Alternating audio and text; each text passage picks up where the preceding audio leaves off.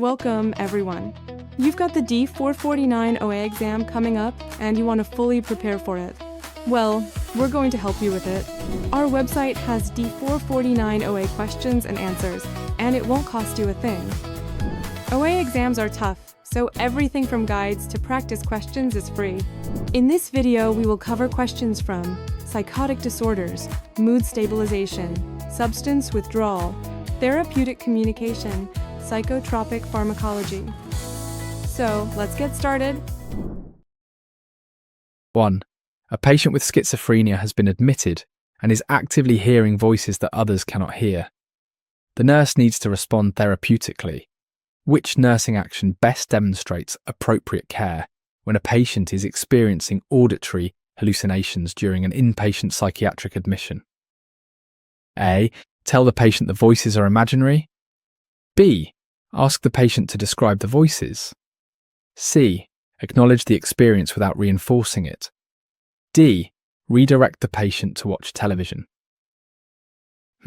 What do you think is the answer?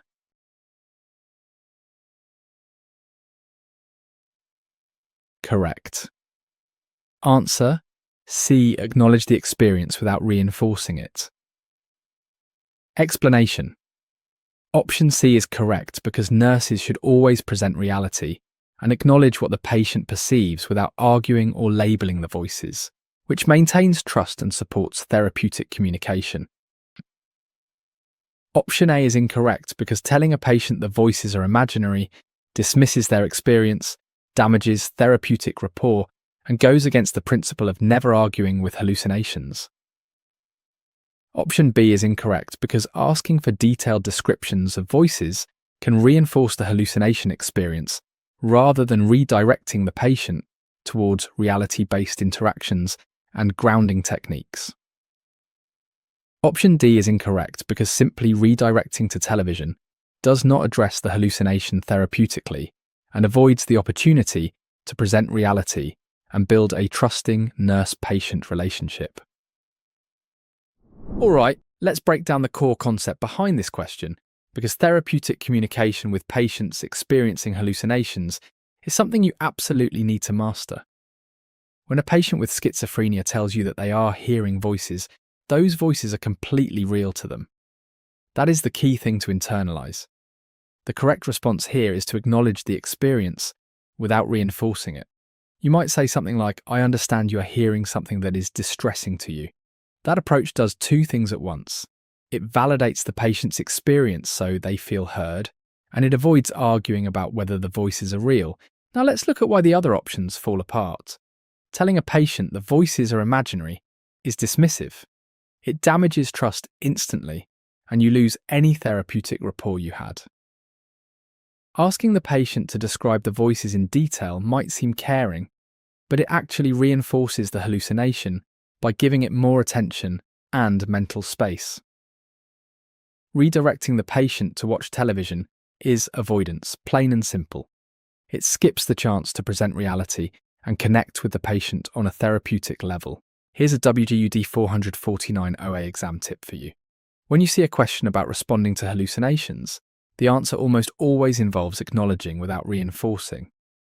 Think of it this way: acknowledge equals respect. Reinforce equals risk. That phrase will anchor this concept for you on exam day. 2. A nurse is caring for a schizophrenic patient who stopped taking prescribed antipsychotics 2 weeks ago. The patient now exhibits disorganized speech and paranoid delusions. When a patient with schizophrenia discontinues medication without medical guidance, what is the most likely clinical outcome? A. Return to pre-medication symptom levels. B. Development of permanent tardive dyskinesia. C. Immediate onset of serotonin syndrome. D. Rapid improvement from drug holiday effect. Do you know the answer?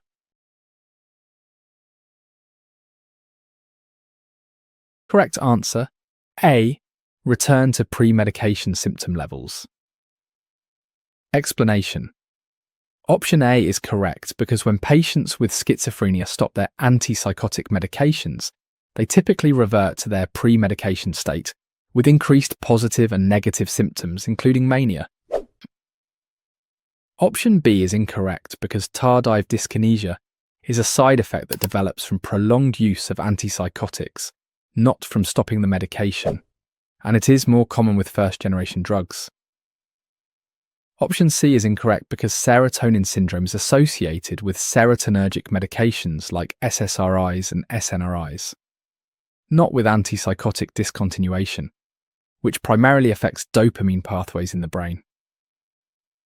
Option D is incorrect because there is no recognized clinical benefit from an unsupervised drug holiday with antipsychotics, and stopping medication typically leads to relapse and worsening psychiatric symptoms. To really understand why this answer is correct, let's talk about what antipsychotic medications actually do in the brain of someone with schizophrenia. These medications work primarily by blocking dopamine receptors, which helps manage positive symptoms like hallucinations, delusions, and disorganized thinking. When a patient stops taking antipsychotics without medical supervision, the dopamine pathways that were being controlled are suddenly unchecked. The result is a return to pre-medication symptom levels. The patient in this question stopped the medication 2 weeks ago, and now they have disorganized speech and paranoid delusions, which is exactly what you would expect. Now let's rule out the wrong answers. Tardive dyskinesia develops from prolonged use of antipsychotics, especially first-generation drugs. It does not happen because you stop the medication. Serotonin syndrome is associated with serotonergic drugs like SSRIs, not antipsychotic discontinuation. And the idea of a beneficial drug holiday with antipsychotics has no clinical support. Stopping medication leads to relapse, not improvement. Here's a WGU D449 OA exam tip for you. When a question describes a schizophrenic patient who stopped their meds and symptoms returned, think medication discontinuation equals symptom return. Stop meds, symptoms come back. That's the pattern to recognize. 3. A nurse is educating a new staff member about the differences between positive and negative symptoms of schizophrenia, which grouping correctly categorizes the negative symptoms that a patient with schizophrenia would most likely display during a clinical assessment. A. Hallucinations and disorganized behavior. B. Delusions and disconnected speech. C. Paranoia and grandiose thinking. D. Flat affect and avolition. Can you guess the answer?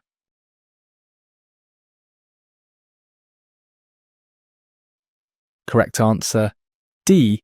Flat affect and avolition. Explanation. Option D is correct because negative symptoms of schizophrenia are remembered by the 5 A's: anhedonia, anergia, flat affect, avolition, and alogia, all representing an absence of normal functioning.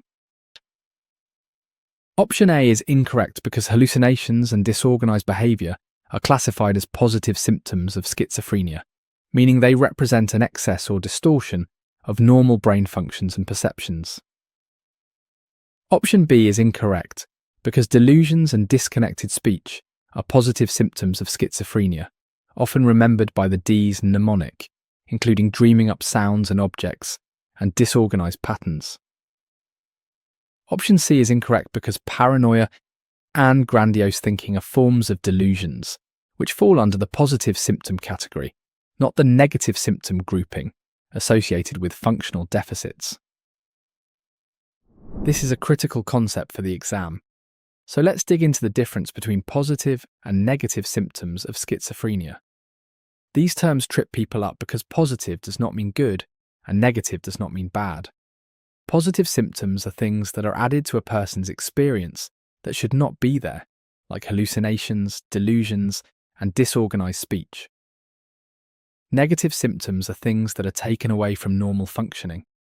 The correct answer here is flat affect and avolition, which are both negative symptoms. The best memory tool for negative symptoms is the 5 A's. Anhedonia, which is the inability to feel pleasure. Anergia, which is a lack of energy.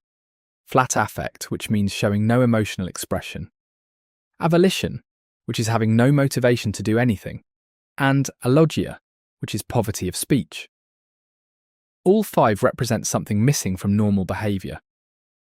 Options A, B and C all describe positive symptoms: hallucinations, delusions, paranoia, grandiose thinking, and disorganised behaviour are all excess experiences being added on top of normal brain function. Here's a WGU D449 OA exam tip for you. If a question asks about negative symptoms, scan for the 5 A's. If the answer has flat affect, avolition, anhedonia, allergia, or anergia, that is your negative symptom answer. Think of it this way: negative means something is negated, something is absent. The 5 A's all describe absences. 4. A patient taking haloperidol develops involuntary muscle spasms, restlessness, and a shuffling gait. The nurse recognises these as extrapyramidal symptoms. Which medication should the nurse anticipate the provider will order to specifically manage these extrapyramidal side effects? A. Naloxone for receptor blockade. B. Benztropine for symptom relief. C. Flumazenil for reversal effects. D. Dantrolene for muscle rigidity. Can you guess the answer?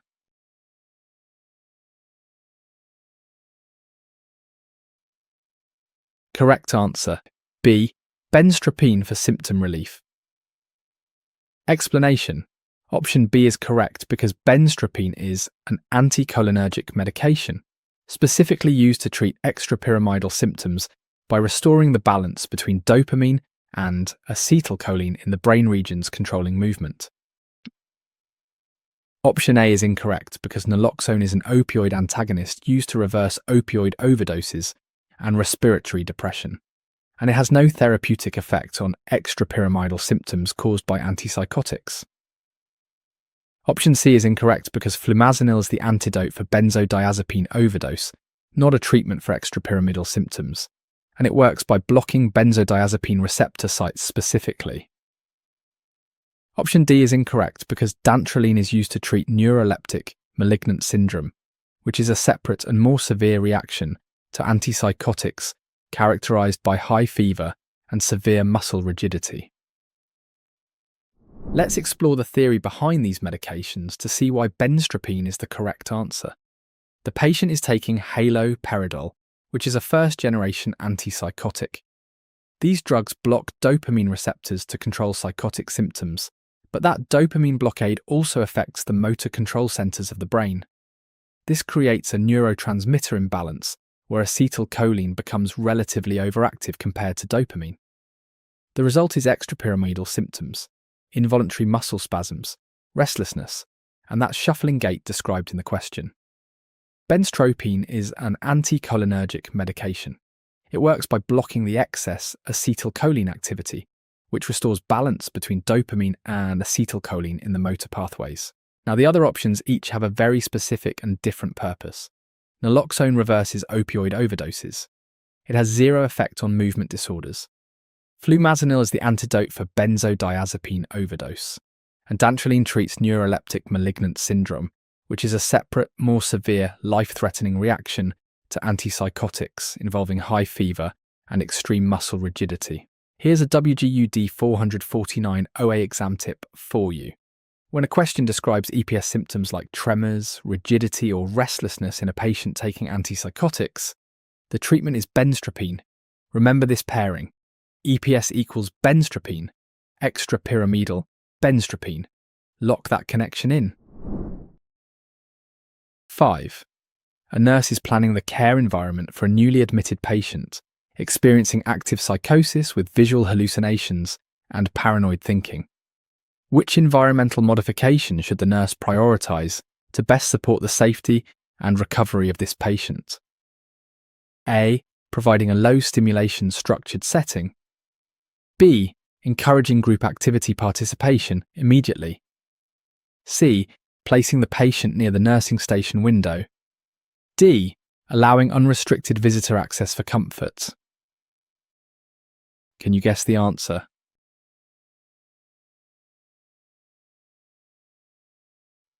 Correct answer: A. Providing a low-stimulation structured setting. Explanation: Option A is correct because patients experiencing active psychosis benefit from a safe, structured environment with low stimuli, which helps reduce sensory overload and minimizes triggers for hallucinations and paranoia. Option B is incorrect because encouraging immediate group participation can be overwhelming for a patient in active psychosis, as increased social stimulation may worsen paranoia, agitation, and hallucinatory experiences. Option C is incorrect because placing the patient near a busy nursing station increases environmental stimulation, which can exacerbate psychotic symptoms rather than promoting the calm atmosphere needed for stabilization.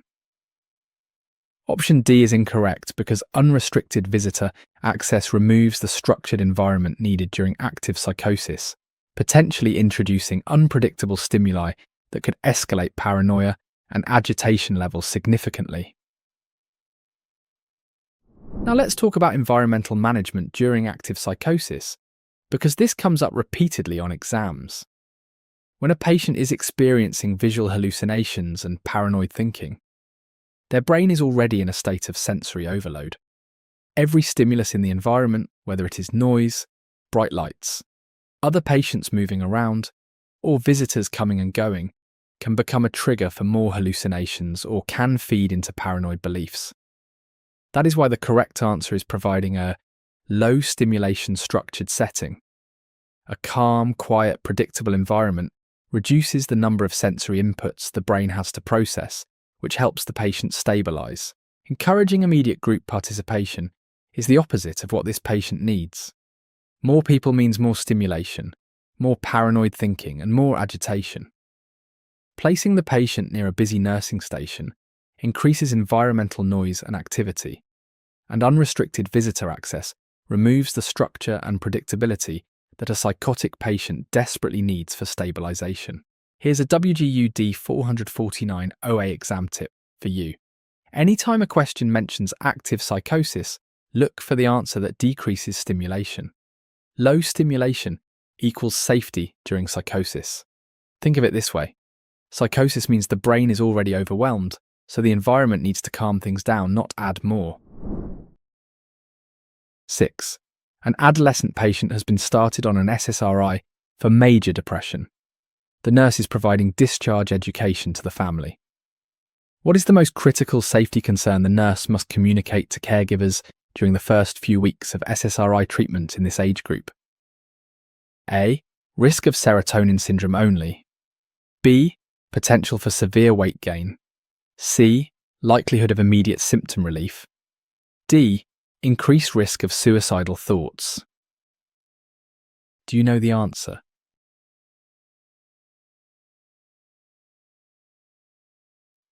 Correct answer, D. Increased risk of suicidal thoughts. Explanation.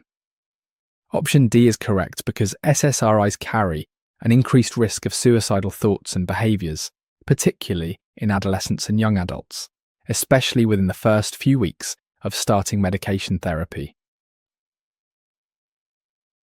Option A is incorrect because while serotonin syndrome is a potential adverse effect of SSRIs, the most critical safety concern specifically in adolescents beginning treatment is the heightened risk of suicidality.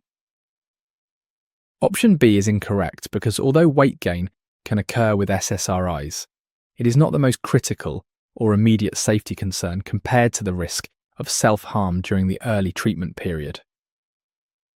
Option C is incorrect because SSRIs typically require 2 or more weeks to reach full therapeutic effect, and promising immediate relief would be inaccurate education that could lead to treatment frustration. This question gets at one of the most important safety concerns in psychiatric nursing, so let's make sure you understand the reasoning deeply. SSRIs are the first-line treatment for depression in adolescents, but they carry a specific and well-documented risk in younger patients. The FDA has a black box warning on SSRIs for increased suicidal thoughts and behaviours in children, adolescents, and young adults up to age 25, particularly during the first few weeks of treatment. The pharmacological reason is that energy and motivation can improve before the depressed mood fully lifts. So you can end up with a patient who still feels hopeless, but now has the energy to act on those feelings. That is the danger window. the nurse absolutely must communicate this risk to caregivers and teach them to monitor closely during early treatment. Now, the wrong answers. Serotonin syndrome is a real concern with SSRIs, but it is not the most critical safety teaching for this age group. Weight gain can happen, but it is nowhere near the urgency of suicide risk. And SSRIs do not provide immediate relief. They take 2 to 4 weeks to reach full therapeutic effect, so promising immediate results is inaccurate education. Here's a WGU D449 OA exam tip for you. When you see a question combining adolescents and SSRIs, the answer is almost always about suicidal ideation risk. The keyword pair is adolescents plus SSRIs equals suicide risk monitoring. Lock that in. 7. A school nurse notices a 15-year-old student has become increasingly aggressive, skipping classes frequently, and engaging in vandalism at school. These behaviours started after a recent family loss. Which clinical presentation most accurately reflects how depression commonly manifests in the adolescent population? A. Persistent fatigue with excessive sleeping. B. Withdrawal into complete social isolation. C. Aggression with angry outbursts and defiance. D. Frequent crying episodes throughout the day. Can you guess the answer?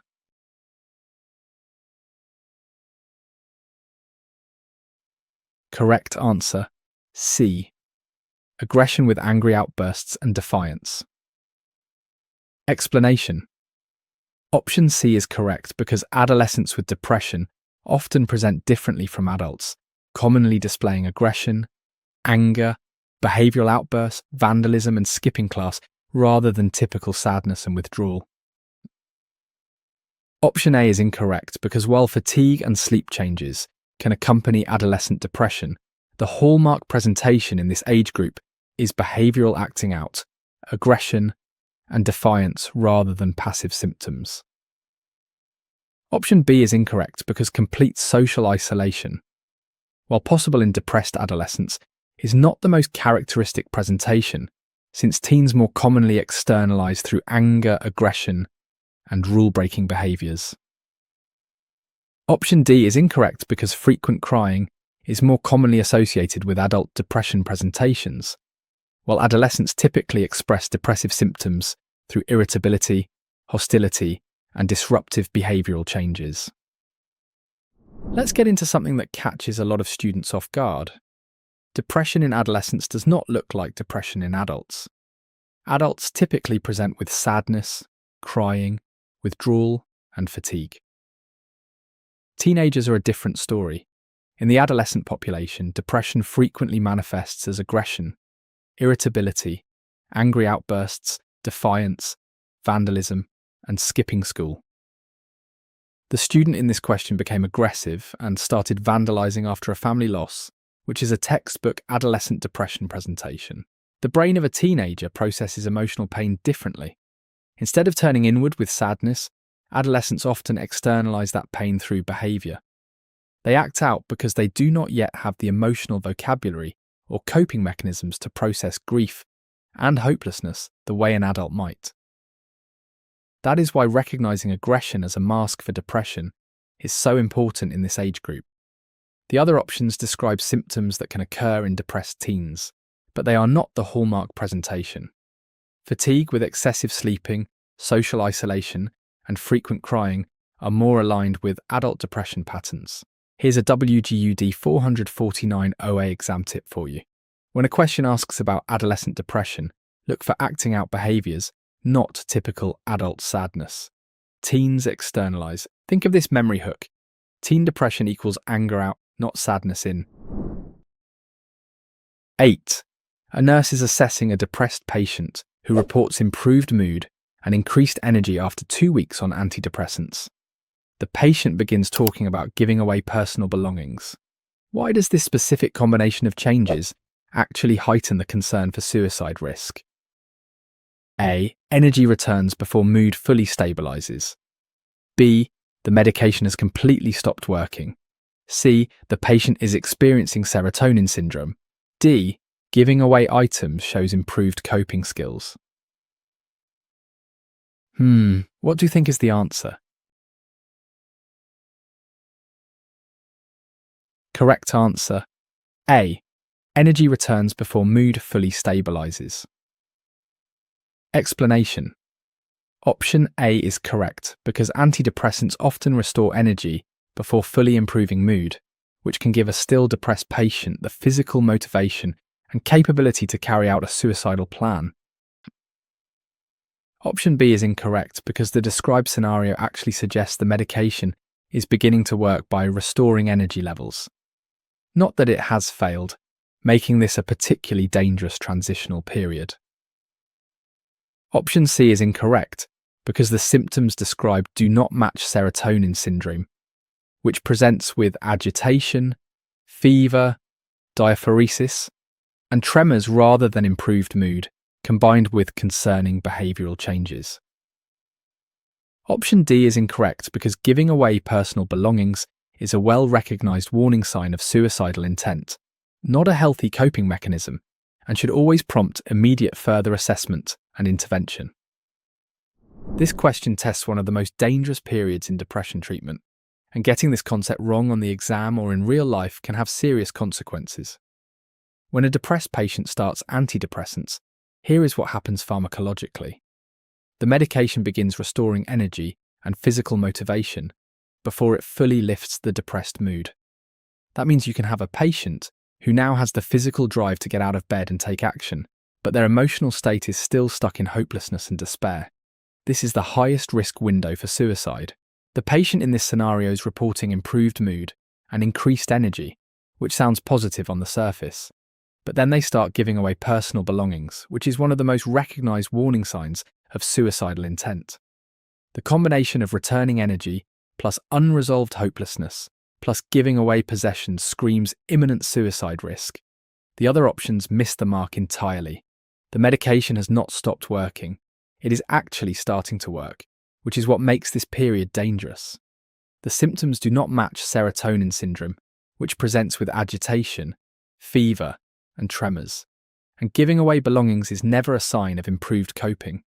It is a red flag that demands immediate intervention. Here's a WGU D449 OA exam tip for you.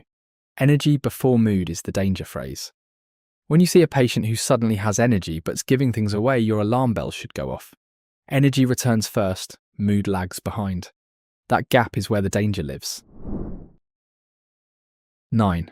A nurse is conducting a risk assessment on a patient who expresses hopelessness, has recently lost a spouse, reports heavy alcohol use, and describes a detailed plan to end their life. Which specific factor in this patient's presentation represents the single highest indicator of imminent suicide risk? A. Recent loss of a spouse. B. Having a specific suicide plan. C. Current heavy alcohol consumption. D. Verbalized feelings of hopelessness. Can you guess the answer?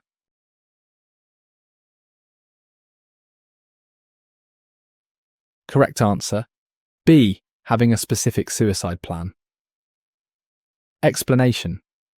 Option B is correct because having a detailed suicide plan is the single most dangerous indicator of imminent risk, as it demonstrates that the individual has moved beyond ideation to actively preparing for self-harm. Option A is incorrect because while recent loss of a spouse is a significant risk factor for suicidal ideation, it represents a situational stressor rather than the direct intent and preparedness that a specific plan indicates. Option C is incorrect because heavy alcohol consumption increases impulsivity and lowers inhibitions, making it a serious contributing risk factor, but it does not indicate the same level of imminent danger as a formed plan. Option D is incorrect because hopelessness is a strong predictor of long-term suicide risk and indicates emotional distress. But having a specific plan signals more immediate danger because action steps have already been formulated. Now let's break this down carefully because this question presents multiple risk factors and asks you to identify the single most dangerous one. The patient has hopelessness, recent spousal loss, heavy alcohol use, and a detailed suicide plan. All four of these are legitimate risk factors for suicide, but the question is asking which one signals the most imminent danger. Having a specific, detailed plan is the single highest indicator of imminent suicide risk. Here is why. Hopelessness is a strong long-term predictor. It tells you the person feels trapped and sees no future. But hopelessness alone does not mean action is imminent. Losing a spouse is a devastating situational stressor that increases risk, but it is a circumstance, not a direct indicator of readiness to act. Heavy alcohol use increases impulsivity and lowers inhibitions, which makes attempts more likely. But it is a contributing factor rather than a direct measure of intent. A specific plan, on the other hand, means the person has already moved past thinking about suicide and into actively preparing. They've chosen a method, a time, maybe a location. That level of detail signals that the barrier between ideation and action has been crossed. Here's a WGU D449 OA exam tip for you. When a question lists multiple suicide risk factors, the one that signals the most immediate danger is always the specific plan. Think plan equals proximity to action. A plan means they are ready, not just thinking about it. 10. A nurse is evaluating whether treatment interventions have been effective for a patient diagnosed with major depressive disorder who's been in therapy for several weeks. Which patient behaviour would best indicate that depression interventions are showing meaningful therapeutic progress? A. Requesting to sleep through group sessions. B. Reporting no change in appetite patterns. C. Asking for increased pain medication doses. D. Voluntarily discussing plans for the future. What do you think is the answer? Correct answer: D. Voluntarily discussing plans for the future. Explanation. Option D is correct because a depressed patient who begins voluntarily talking about the future, showing improved mood, and engaging in forward-thinking conversation demonstrates meaningful improvement and effective treatment response. Option A is incorrect because wanting to sleep through group sessions suggests continued withdrawal, fatigue, and avoidance, which are ongoing symptoms of depression rather than signs of therapeutic improvement or recovery. Option B is incorrect because reporting no change in appetite patterns does not indicate improvement, since appetite disturbance is a core symptom of depression, and stable dysfunction is not the same as recovery. Option C is incorrect because requesting increased pain medication may suggest either somatization, medication-seeking behaviour, or worsening distress, none of which indicate that depression treatment is producing positive therapeutic outcomes.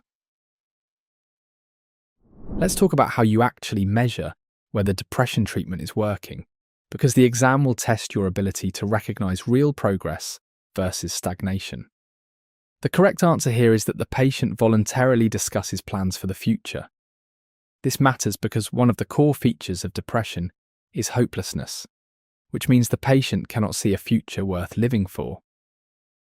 When a depressed patient starts spontaneously talking about tomorrow, next week, or goals they want to pursue, that is a concrete behavioural shift. They are moving from a hopeless mental state to one where the future exists again.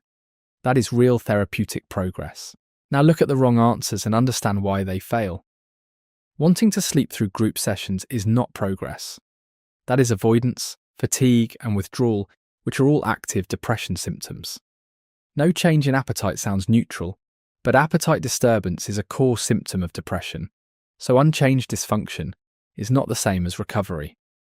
Requesting increased pain medication could indicate somatization or medication-seeking behaviour, neither of which points to depression improvement. Here's a WGU D449 OA exam tip for you.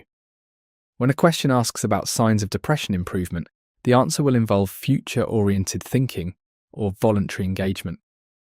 Depression steals the future from people. Getting it back is the clearest sign of recovery. Future talk equals progress. 11.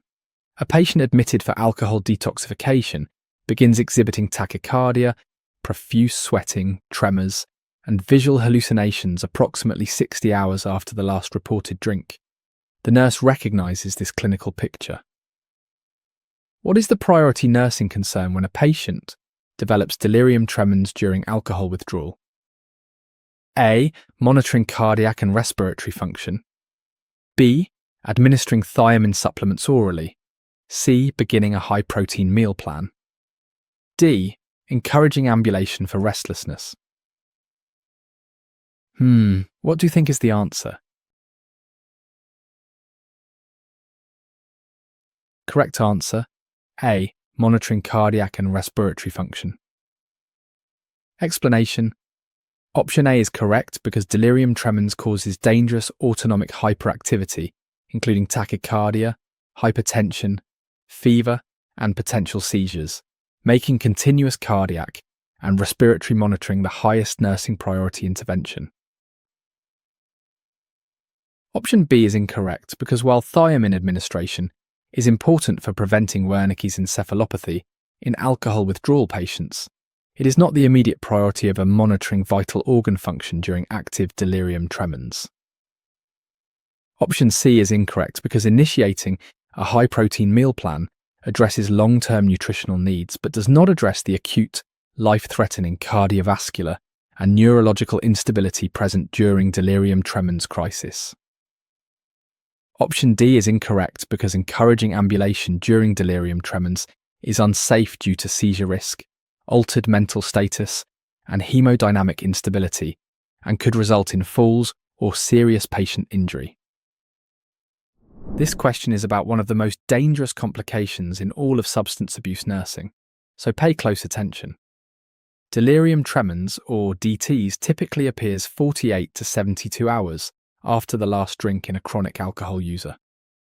What is happening physiologically is that alcohol has been suppressing the central nervous system for so long that the brain has compensated by ramping up excitatory activity. When alcohol is suddenly removed, all that excitatory activity goes unchecked, causing a massive autonomic storm. The patient develops tachycardia, hypertension, fever, profuse sweating, tremors, and hallucinations. Seizures are a real possibility.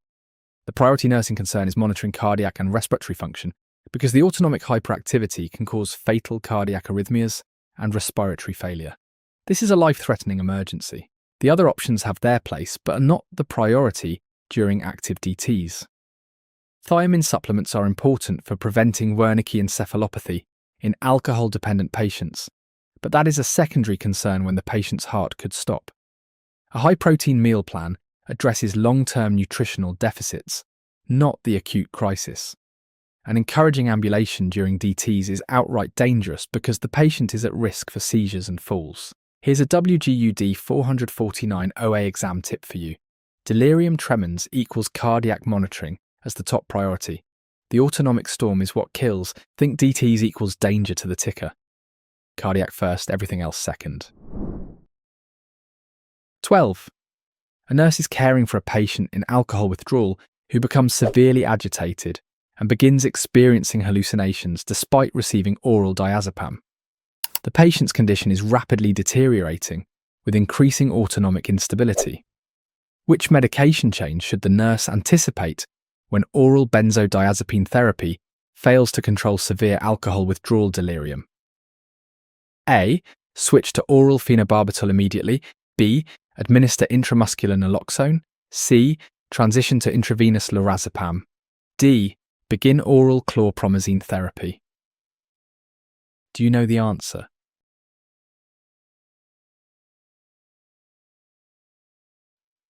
Correct answer, C. Transition to intravenous lorazepam. Explanation. Option C is correct because when oral diazepam fails to control severe alcohol withdrawal delirium, intravenous lorazepam is the recommended escalation to manage the dangerous symptoms requiring rapid onset parenteral intervention. Option A is incorrect because phenobarbital is potentially deadly when combined with alcohol still in the system, and oral administration is inadequate for a patient whose condition is deteriorating despite current oral therapy. Option B is incorrect because naloxone is an opioid antagonist used specifically for reversing opioid overdoses and respiratory depression, and it has no therapeutic role in managing alcohol withdrawal symptoms or delirium. Option D is incorrect because chlorpromazine is an antipsychotic that lowers the seizure threshold, which is particularly dangerous in alcohol withdrawal patients who are already at elevated risk for seizure activity. This question is about one of the most dangerous complications in all of substance abuse nursing, so pay close attention. Delirium tremens, or DTs, typically appears 48 to 72 hours after the last drink in a chronic alcohol user. What is happening physiologically is that alcohol has been suppressing the central nervous system for so long that the brain has compensated by ramping up excitatory activity. When alcohol is suddenly removed, all that excitatory activity goes unchecked, causing a massive autonomic storm. The patient develops tachycardia, hypertension, fever, profuse sweating, tremors, and hallucinations. Seizures are a real possibility. The priority nursing concern is monitoring cardiac and respiratory function because the autonomic hyperactivity can cause fatal cardiac arrhythmias and respiratory failure. This is a life-threatening emergency. The other options have their place, but are not the priority during active DTs. Thiamine supplements are important for preventing Wernicke encephalopathy in alcohol-dependent patients, but that is a secondary concern when the patient's heart could stop. A high-protein meal plan addresses long-term nutritional deficits, not the acute crisis. And encouraging ambulation during DTs is outright dangerous because the patient is at risk for seizures and falls. Here's a WGU D449 OA exam tip for you. Delirium tremens equals cardiac monitoring as the top priority. The autonomic storm is what kills. Think DTs equals danger to the ticker. Cardiac first, everything else second. 13. A patient prescribed clonazepam for anxiety is found unresponsive with a respiratory rate of 6 breaths per minute. The nurse suspects benzodiazepine toxicity. Which reversal agent should the nurse anticipate administering immediately, and what is the primary physiological concern driving this emergency intervention? A. Naloxone for cardiac arrest reversal. B. Flumazenil for respiratory depression reversal. C. Dantrolene for neuromuscular blockade. D. Benztropine for central nervous depression. What do you think is the answer? Correct answer, B. Flumazenil for respiratory depression reversal. Explanation. Option B is correct because flumazenil is the specific antidote for benzodiazepine overdose, and the primary concern driving emergency intervention is respiratory depression, which can be fatal if not reversed promptly. Option A is incorrect because naloxone is the reversal agent for opioid overdose, not benzodiazepine toxicity, and cardiac arrest is not the primary mechanism of benzodiazepine-related death, which is respiratory failure. Option C is incorrect because dantrolene is used for neuroleptic, malignant syndrome, and malignant hyperthermia, not benzodiazepine overdose, and it addresses skeletal muscle rigidity rather than respiratory depression mechanisms. Option D is incorrect because benztropine is an anticholinergic used to treat extrapyramidal symptoms from antipsychotic medications and has no role in reversing benzodiazepine toxicity or respiratory depression emergencies. Now let's make sure you have your reversal agents locked down, because this is a high-yield exam topic. The patient is found unresponsive with a respiratory rate of 6 breaths per minute after taking clonazepam, which is a benzodiazepine. The primary physiological danger here is respiratory depression. Benzodiazepines enhance GABA activity in the brain, which depresses the central nervous system. In overdose, this depression goes far enough to suppress the drive to breathe. The specific antidote is flumazenil. It works by competitively binding to the same GABA receptors as benzodiazepines and displacing them, which reverses the sedation and restores respiratory drive. Now look at the wrong answers and understand why they each belong to a completely different clinical scenario. Naloxone is the reversal agent for opioid overdose, not benzodiazepines. And the primary mechanism of opioid death is also respiratory depression, which is why students sometimes confuse these two. Dantrolene treats neuroleptic malignant syndrome by relaxing skeletal muscles, Benztropine treats extrapyramidal symptoms from antipsychotics. Neither has anything to do with benzodiazepine toxicity. Here's a WGU D449 OA exam tip for you. Match the overdose to its reversal agent. Benzodiazepine overdose equals flumazenil. Opioid overdose equals naloxone. These two are the most commonly tested reversal agent pairings. Flumazenil for benzos, naloxone for opioids. Memorize the pairs. 14. A patient in alcohol detoxification is receiving thiamine supplementation as part of the treatment protocol. A nursing student asks why thiamine is given so urgently to patients withdrawing from alcohol. What serious neurological condition does thiamine administration specifically work to prevent in chronic alcohol users? A. Tardive dyskinesia from dopamine depletion. B. Serotonin syndrome from neurotransmitter excess. C. Neuroleptic malignant syndrome from medication. D. Wernicke encephalopathy from thiamine deficiency. What do you think is the answer?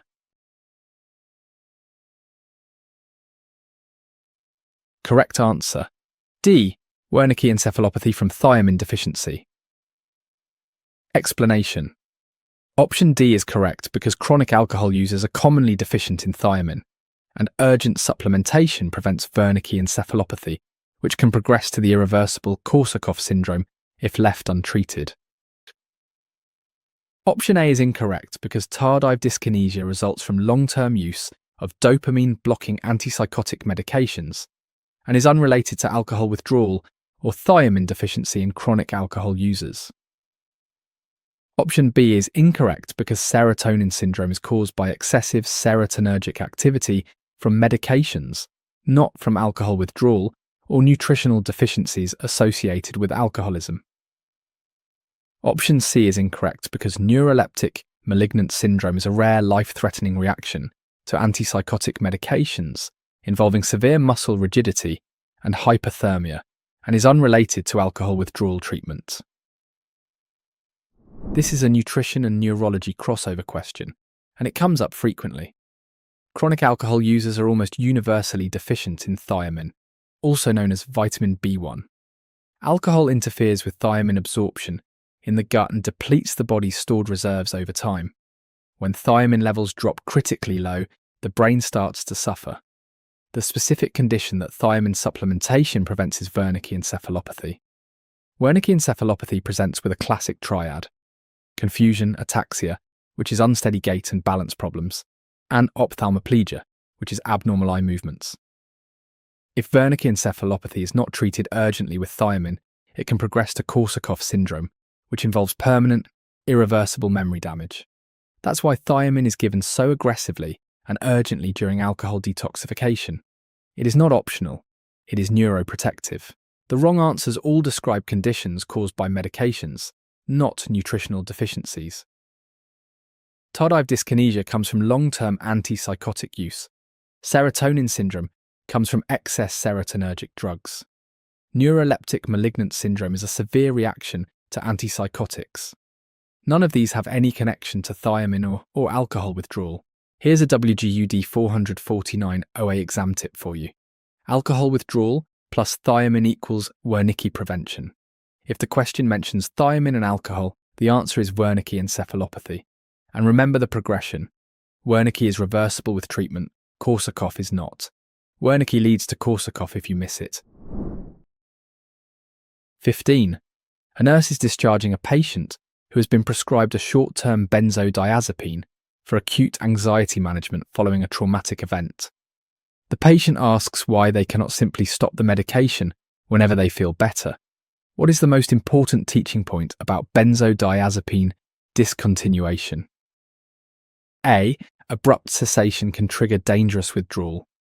B. The medication only works for 1 week. C. Stopping will cause permanent memory loss. D.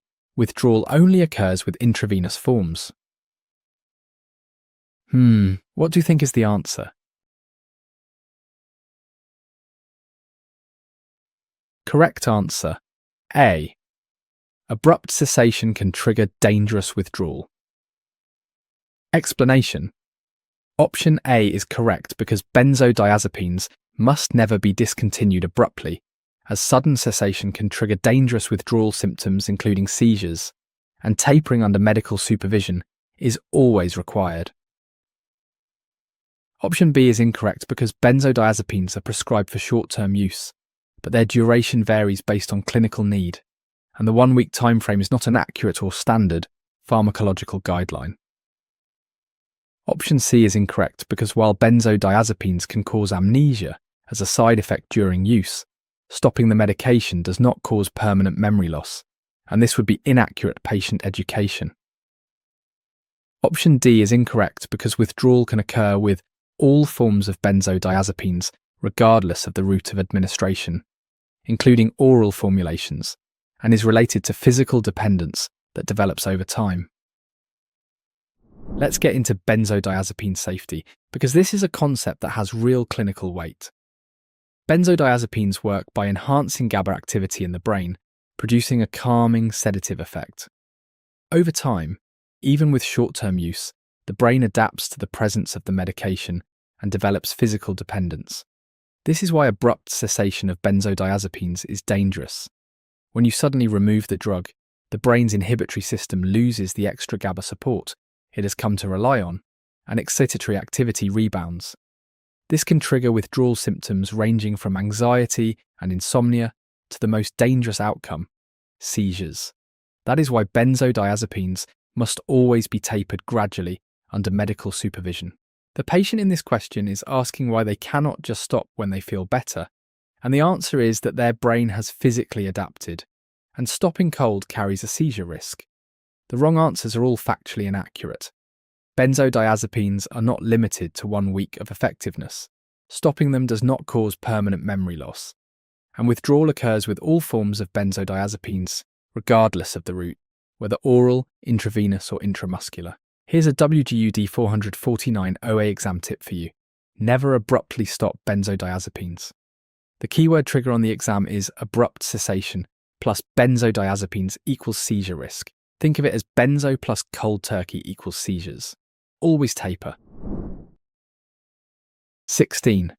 A patient taking lithium for bipolar disorder calls the clinic reporting nausea, vomiting, slurred speech, and muscle weakness that began this morning. The patient recently started a low-sodium diet for blood pressure management. What is the most likely explanation for this sudden onset of symptoms in this lithium-treated patient? A. Expected side effects of bipolar disorder. B. Allergic reaction to the lithium formulation. C. Lithium toxicity from decreased sodium intake. D. Normal adjustment to the new dietary changes. What do you think is the answer?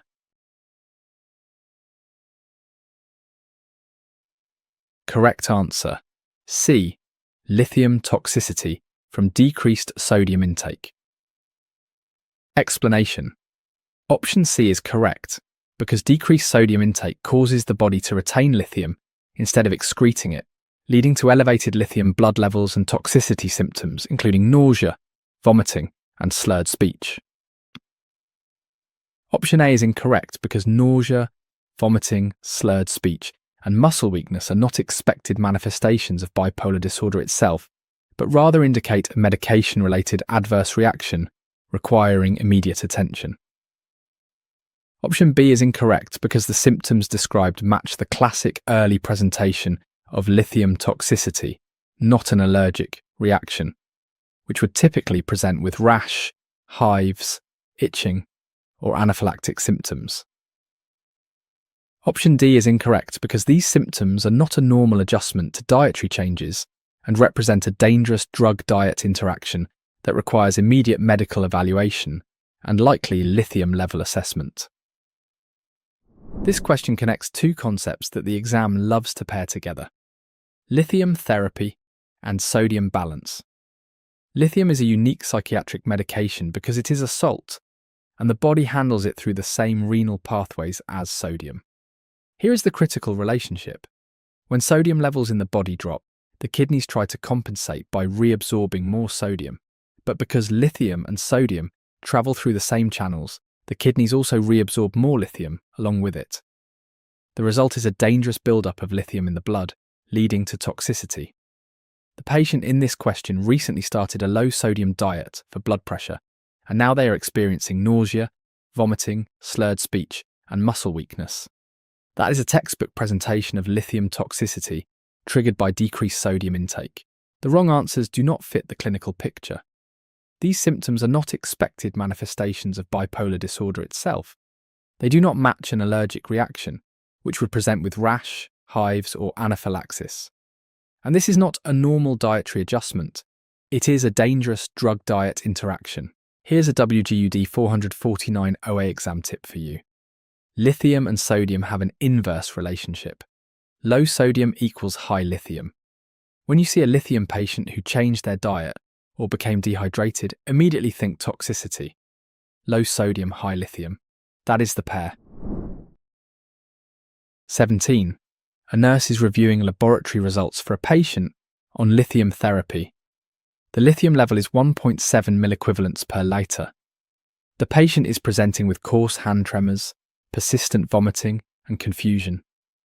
Based on these findings, how should the nurse categorize this clinical situation? A. Active lithium toxicity requiring intervention. B. Normal therapeutic response to lithium.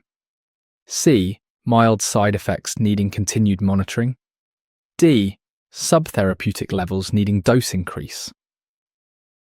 What do you think is the answer?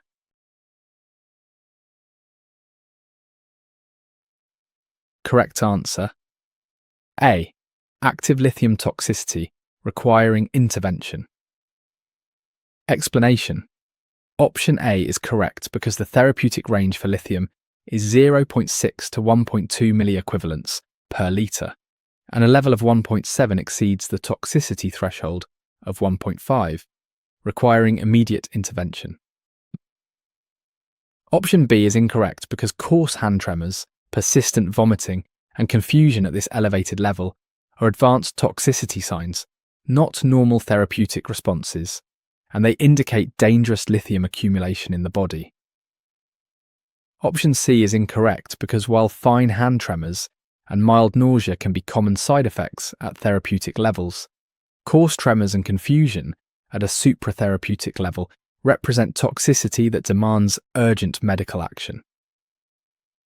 Option D is incorrect because a level of 1.7 is significantly above the therapeutic range, not below it, and increasing the dose would be extremely dangerous and potentially life-threatening for the patient. Let's dig into lithium lab values because reading these numbers correctly could save a life on the floor and will definitely earn you points on the exam. The therapeutic range for lithium is 0.6 to 1.2 milliequivalents per litre. That is a narrow window, and anything above 1.5 is considered toxic. The patient in this question has a level of 1.7, which is clearly in the toxic range.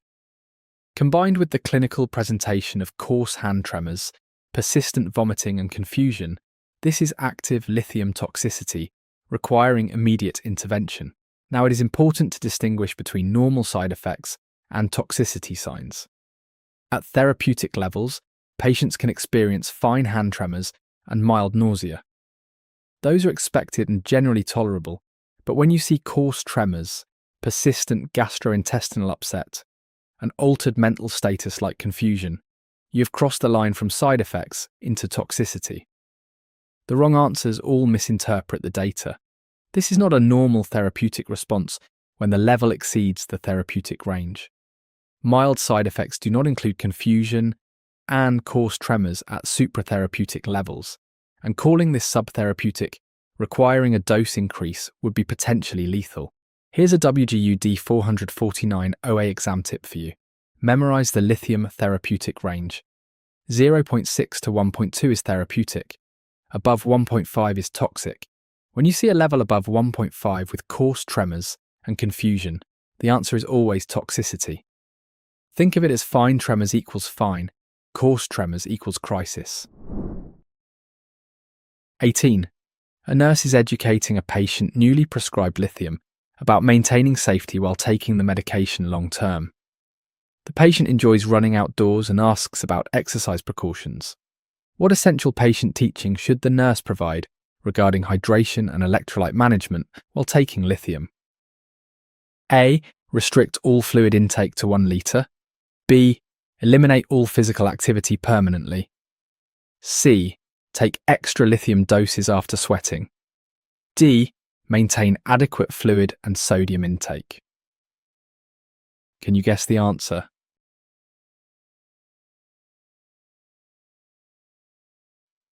Correct answer. D. Maintain adequate fluid and sodium intake. Explanation.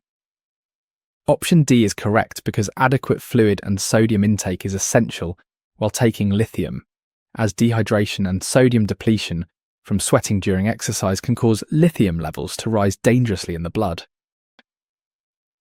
Option A is incorrect because restricting fluids to 1 litre would promote dehydration and dangerously increase lithium concentration in the blood, directly increasing the risk of toxicity and serious adverse effects.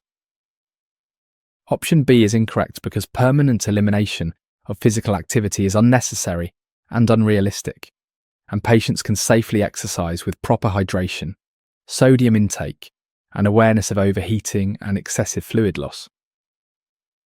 Option C is incorrect because taking extra lithium doses is extremely dangerous and would directly increase the risk of toxicity, and dose adjustments should only be made by the prescribing healthcare provider based on lab results.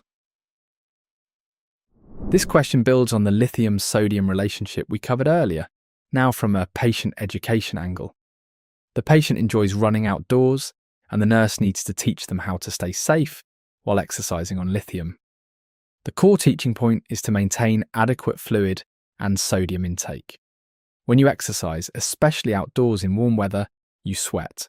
Sweat contains both water and sodium. If a patient on lithium loses significant sodium through sweat without replacing it, the kidneys start retaining lithium in place of the lost sodium, and blood lithium levels rise toward toxicity. So the patient can absolutely keep running, but they need to stay well hydrated, replace electrolytes, and be aware that overheating or excessive sweating increases their risk. The wrong answers are either dangerous or unnecessarily restrictive. Restricting fluids to 1 litre would accelerate dehydration and directly increase lithium concentration. Eliminating all physical activity permanently is unrealistic and unnecessary, and taking extra lithium doses after sweating is flat out dangerous and could cause acute toxicity. Dose changes are only made by the prescribing provider based on lab work. Here's a WGU D449 OA exam tip for you. Lithium patients need to maintain hydration and sodium intake, especially during exercise.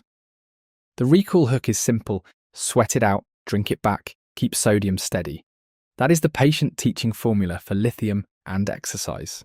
A patient taking lithium has been prescribed a new diuretic and ibuprofen for a recent injury. The nurse reviews the new medication orders and identifies a significant concern. Why do diuretics and non-steroidal anti-inflammatory drugs pose a particular danger for patients currently receiving lithium therapy? A. They completely neutralize lithium effectiveness. B. They can increase lithium levels, causing toxicity. C. They convert lithium into a different compound. D. They accelerate lithium excretion too rapidly. What do you think is the answer? Correct answer, B. They can increase lithium levels, causing toxicity. Explanation.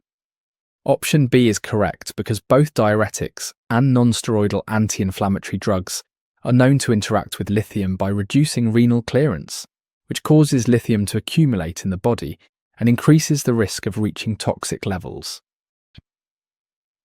Option A is incorrect because diuretics and non-steroidal anti-inflammatory drugs do not neutralize lithium's therapeutic effects, but rather interfere with its excretion, causing dangerous accumulation rather than decreased effectiveness of the psychiatric medication.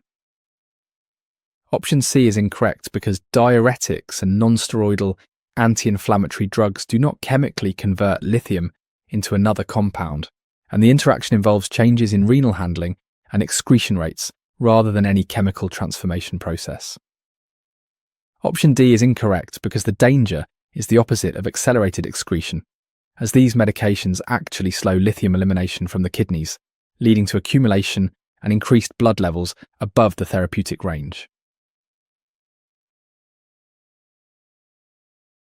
This question hits a high-yield drug interaction topic that shows up frequently. The patient is on lithium and has just been prescribed a diuretic and ibuprofen, which is an NSAID. Both of these medications are known to interact dangerously with lithium. Here is the mechanism. Lithium is eliminated from the body through the kidneys. Diuretics increase urine output, which causes the body to lose sodium and water.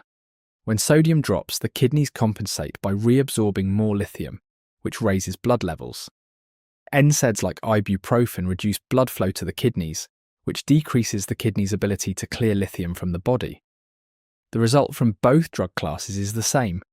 Lithium accumulates in the blood and reaches toxic levels. The wrong answers mischaracterize the interaction. These medications do not neutralize lithium's therapeutic effect. They do not chemically convert lithium into something else, and they do not accelerate lithium excretion. The danger is the exact opposite of faster excretion. These drugs slow lithium elimination, causing dangerous accumulation.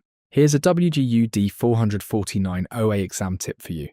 Diuretics and NSAIDs both increase lithium levels. The recall hook is that these drugs trap lithium in the body. Think of it as diuretics plus NSAIDs equals lithium trapped. Anytime you see lithium combined with either of these drug classes, the answer is toxicity risk from increased levels. 20. A nurse observes a patient on lithium therapy progressing from fine hand tremors and mild nausea to coarse tremors, persistent gastrointestinal upset, and confusion over the course of 2 days. What does this clinical progression pattern most accurately represent in terms of lithium-related complications? A. Typical bipolar mood cycling pattern. B. Expected medication adjustment symptoms. C. Escalating stages of lithium toxicity. D. Normal side effects resolving spontaneously. Do you know the answer?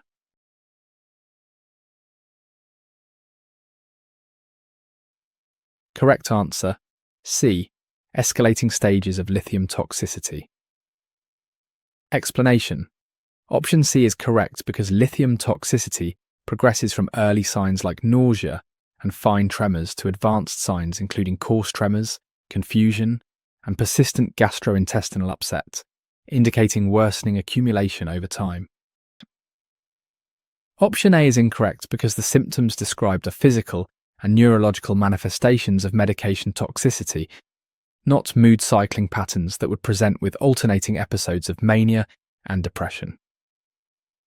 Option B is incorrect because while mild side effects can occur during initial dose adjustment, progression to coarse tremors and confusion indicates advancing toxicity rather than normal body adaptation to the medication. Option D is incorrect because lithium toxicity does not resolve spontaneously and will continue to worsen without intervention, potentially progressing to seizures, severe hypertension, coma, and life-threatening complications. Let's close out this lithium section by understanding how toxicity actually progresses, because the exam can describe symptoms at different stages and ask you to identify what is happening. Lithium toxicity does not hit all at once. It builds in stages. In the early stage, a patient might experience fine hand tremors, mild nausea, and slight gastrointestinal discomfort. These can actually overlap with normal therapeutic side effects, which is why early toxicity sometimes gets missed. As levels continue to rise, the symptoms escalate. Fine tremors become coarse tremors. Mild nausea turns into persistent vomiting. And the most concerning sign appears: confusion and altered mental status. That progression from fine to coarse, from mild to persistent, from alert to confused, is the hallmark of advancing lithium toxicity. The patient in this question went from fine tremors and mild nausea to coarse tremors, persistent GI upset, and confusion over 2 days. That is a textbook escalation pattern. If toxicity continues unchecked, it can progress to seizures, severe hypertension, coma, and death. This does not resolve on its own. The wrong answers all underestimate the danger. This is not bipolar mood cycling, which would present as alternating mania and depression, not progressive physical symptoms. It is not normal medication adjustment because progression to confusion and coarse tremors goes well beyond adaptation, and it absolutely does not resolve spontaneously. Here's a WGU D449 OA exam tip for you. Lithium toxicity is a progression. Fine to coarse, mild to severe, alert to confused. When you see symptoms escalating in a lithium patient, the answer is advancing toxicity. The recall phrase is fine, coarse, confused, which maps the three stages. Fine tremors, coarse tremors, confusion. That is the escalation ladder.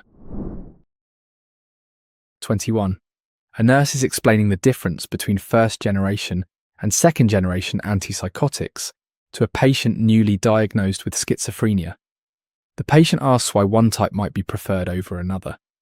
What is the primary clinical advantage of second-generation antipsychotics compared to first-generation antipsychotics? A. Complete elimination of all side effects. B. Faster onset of therapeutic action. C. Lower cost and easier availability. D. Reduced risk of movement-related side effects. Can you guess the answer?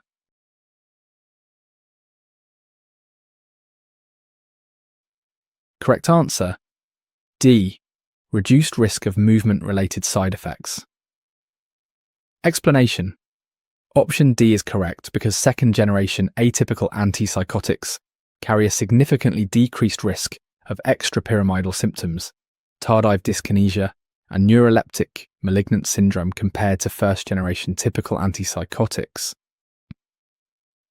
Option A is incorrect because second-generation antipsychotics still carry significant side effects, including metabolic syndrome, weight gain, hyperglycemia, cholesterol increases, sedation, and orthostatic hypertension.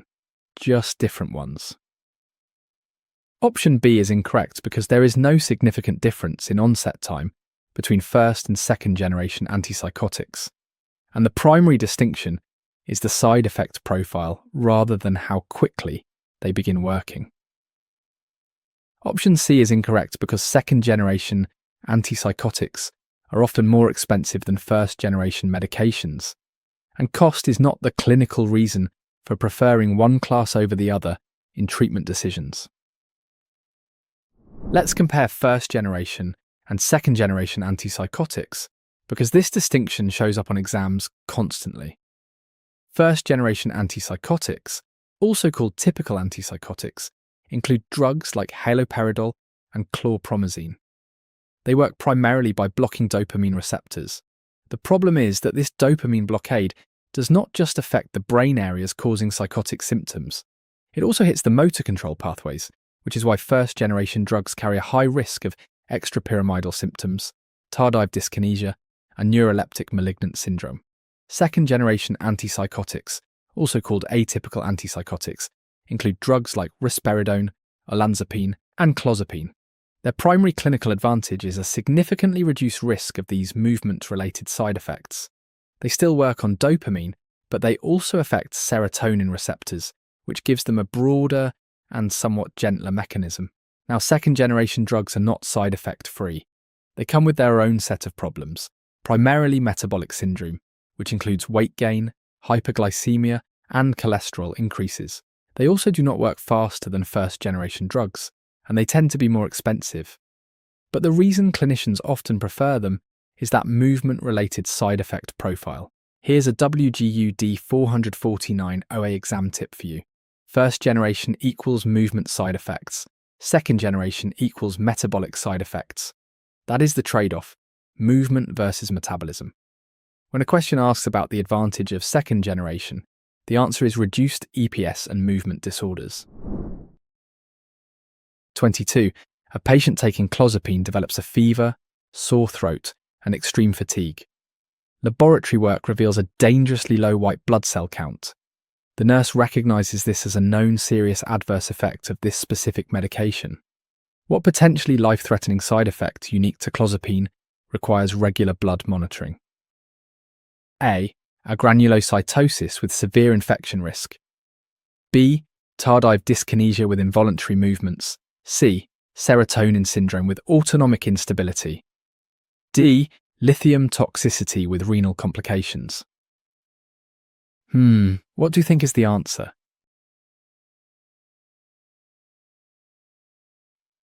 Correct answer, A. Agranulocytosis with severe infection risk.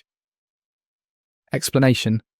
Option A is correct because clozapine carries a unique risk of agranulocytosis, a dangerous drop in white blood cells that severely compromises the immune system and requires regular complete blood count monitoring. Option B is incorrect because while tardive dyskinesia is a concern with antipsychotics, it is more strongly associated with first-generation medications and is not the specific, life-threatening adverse effect unique to clozapine therapy. Option C is incorrect because serotonin syndrome is associated with serotonergic medications like SSRIs and SNRIs, not with clozapine, which primarily acts as a serotonin and dopamine antagonist through different mechanisms. Option D is incorrect because lithium toxicity is a complication of lithium therapy for bipolar disorder, not clozapine therapy, and involves renal excretion issues rather than bone marrow suppression causing immunocompromise.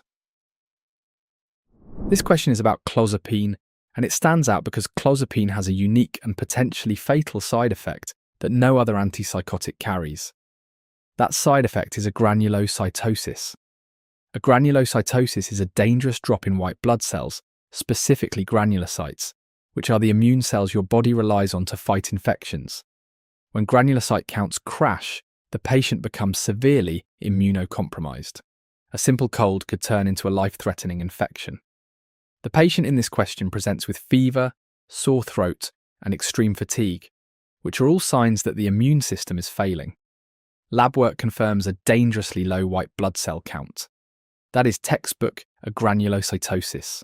Because of this risk, clozapine requires regular complete blood count monitoring. The monitoring schedule is typically weekly for the first 6 months, then bi-weekly, and eventually monthly if counts remain stable. No other antipsychotic requires this level of blood work surveillance. The wrong answers each describe conditions linked to other drug classes.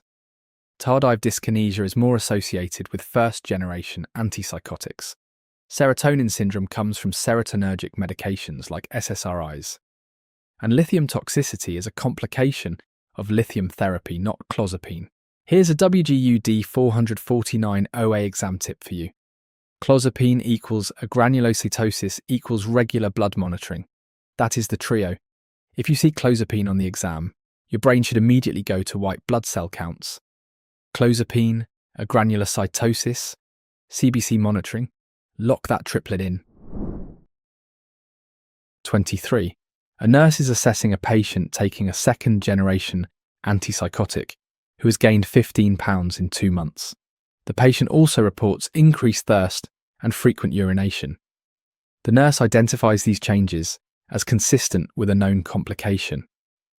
Which metabolic complication is most commonly associated with second-generation antipsychotic medications?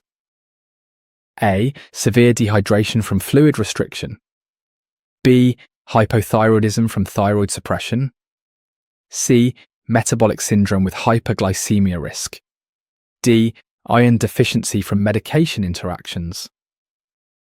Can you guess the answer?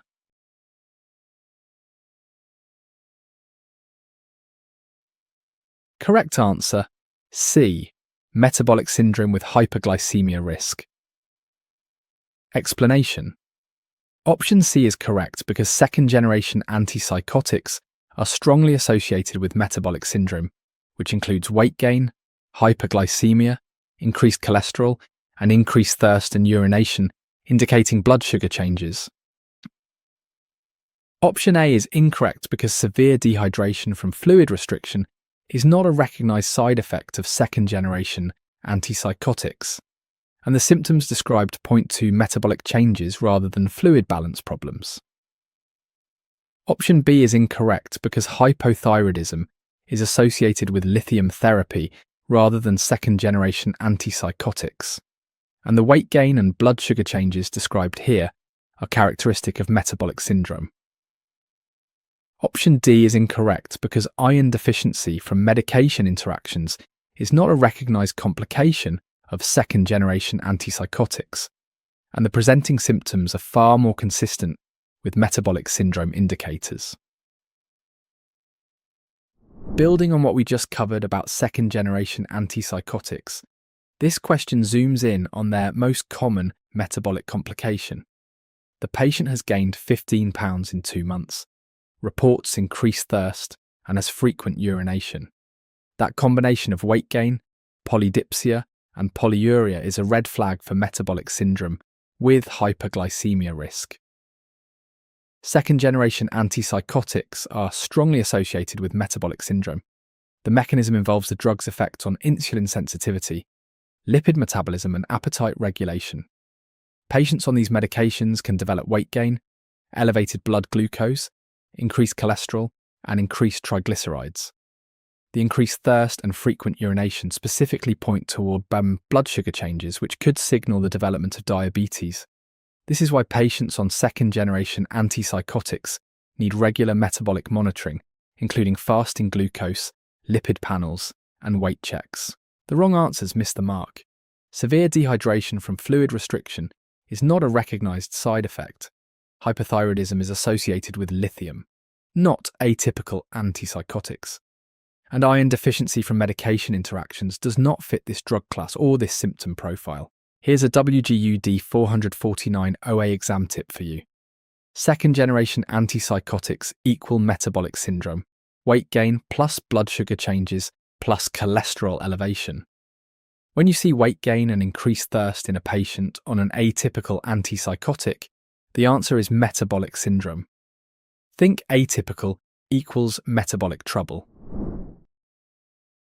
24. A patient on haloperidol suddenly develops a high fever of 104 degrees, severe muscle rigidity, altered consciousness, and autonomic instability.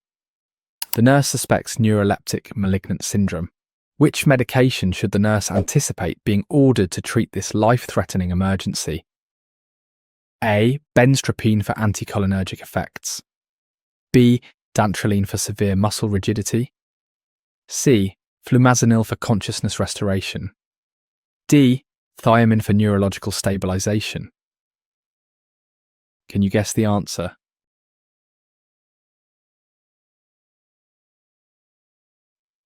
Correct answer, B. Dantrolene for severe muscle rigidity. Explanation. Option B is correct because dantrolene is the medication used to treat neuroleptic malignant syndrome by directly relaxing skeletal muscles, addressing the dangerous rigidity and associated hypothermia that characterize this life-threatening emergency. Option A is incorrect because benztropine treats extrapyramidal symptoms, which are a separate and less severe reaction to antipsychotics, and it does not address the dangerous muscle rigidity and hypothermia of NMS. Option C is incorrect because flumazenil is the antidote for benzodiazepine overdose and has no role in treating neuroleptic malignant syndrome, which requires muscle relaxation and aggressive cooling measures for stabilization. Option D is incorrect because thiamine is administered to prevent Wernicke encephalopathy in alcohol withdrawal patients and has no therapeutic role in managing the acute muscle rigidity and fever crisis of NMS. This is one of the most critical emergency scenarios you need to recognize. Neuroleptic malignant syndrome, or NMS, is a rare but life-threatening reaction to antipsychotic medications. The hallmark presentation is the combination of extremely high fever, severe lead pipe muscle rigidity, altered consciousness, and autonomic instability, including blood pressure swings and tachycardia. The patient in this question is on haloperidol and suddenly developed a fever of 104 degrees with severe muscle rigidity. That is NMS until proven otherwise. The treatment is dantrolene, which is a skeletal muscle relaxant. It works by acting directly on the muscle fibers to reduce the dangerous rigidity that is driving the hypothermia. When muscles are locked in sustained contraction, they generate enormous heat, which is why NMS patients develop such extreme fevers. Relaxing the muscles with dantrolene breaks that cycle. Along with dantrolene, the antipsychotic medication must be stopped immediately, and aggressive cooling measures are initiated. Now look at why the other answers are wrong. Benztropine treats extrapyramidal symptoms, which are a separate and less severe movement reaction. Flumazenil reverses benzodiazepine overdose, and thiamine prevents Wernicke encephalopathy and alcohol withdrawal. None of these address the muscle rigidity and hypothermia of NMS. Here's a WGU D449 OA exam tip for you. NMS equals high fever plus rigidity plus dantrolene. That is the triad to memorize. When you see extreme fever and severe muscle rigidity in a patient on antipsychotics, the answer is always NMS treated with dantrolene. Hot and rigid equals NMS equals dantrolene. 25. A nurse is monitoring a patient on a first-generation antipsychotic for side effects. The nurse recalls that these medications alter dopamine activity in the central nervous system. Using the mnemonic enraged, which collection of side effects should the nurse specifically monitor for with first-generation antipsychotics? A. Edema, neuropathy, rash, anemia, gout. B. Euphoria, nystagmus, renal failure, arrhythmias. C. Eczema, nasal congestion, restlessness, alopecia. D. EPS, NMS, seizure risk, anticholinergic effects. Do you know the answer?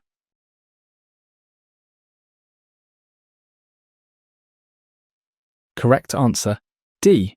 EPS, NMS, seizure risk, anticholinergic effects. Explanation: option D is correct because the enraged mnemonic for first-generation antipsychotic side effects includes EPS, NMS, risk of seizures, anticholinergic effects, gynecomastia, sexual dysfunction and liver damage. Option A is incorrect because edema, neuropathy, rash, anemia and gout are not the characteristic side effects associated with first-generation antipsychotics and do not correspond to any recognised mnemonic for this drug class. Option B is incorrect because euphoria, nystagmus, renal failure, and arrhythmias do not match the enraged mnemonic and are not the primary monitoring concerns for patients taking typical first-generation antipsychotic medications. Option C is incorrect because eczema, nasal congestion, restlessness and alopecia are not recognised as the major side effects of first-generation antipsychotics outlined in the enraged mnemonic used for clinical recall. Let's lock in a mnemonic that will serve you well on exam day. The enraged mnemonic captures the major side effects of first-generation antipsychotics. Here is what each letter stands for. E is for extrapyramidal symptoms, those movement disorders including dystonia, akathisia, and the shuffling gait we covered earlier. N is for neuroleptic malignant syndrome, that life-threatening emergency with high fever and rigidity. R is for risk of seizures because these drugs lower the seizure threshold. A is for anticholinergic effects, which give you the dry mouth, constipation, blurred vision, and urinary retention cluster. G is for gynecomastia, which is breast tissue enlargement that can occur because dopamine blockade increases prolactin levels. E is for endocrine and sexual dysfunction, also related to that prolactin elevation. And D is for damage to the liver, meaning hepatotoxicity is a monitoring concern. The correct answer lists EPS, NMS, seizure risk, and anticholinergic effects, which are all components of the enraged mnemonic. The other options list symptoms that have nothing to do with first-generation antipsychotics. Edema, neuropathy, rash, euphoria, nystagmus, eczema and alopecia are not characteristic of this drug class. Here's a WGU D449 OA exam tip for you. First-generation antipsychotic side effects equal enraged. EPS, NMS, risk of seizures, anticholinergic, gynecomastia, endocrine and sexual dysfunction, damage to liver. The word enraged itself is a memory anchor. These drugs make the body enraged with side effects. 26. A nurse is assessing a patient in the emergency department who presents with tremors, hallucinations, dilated pupils, and reports feeling extreme terror with a complete loss of touch with reality. Using the 4 recognized levels of anxiety, which stage is this patient most likely experiencing based on these clinical findings? A. Panic level anxiety with reality distortion. B. Severe anxiety with impaired problem solving. C. Moderate anxiety with reduced perception. D. Mild anxiety with increased irritability. Do you know the answer?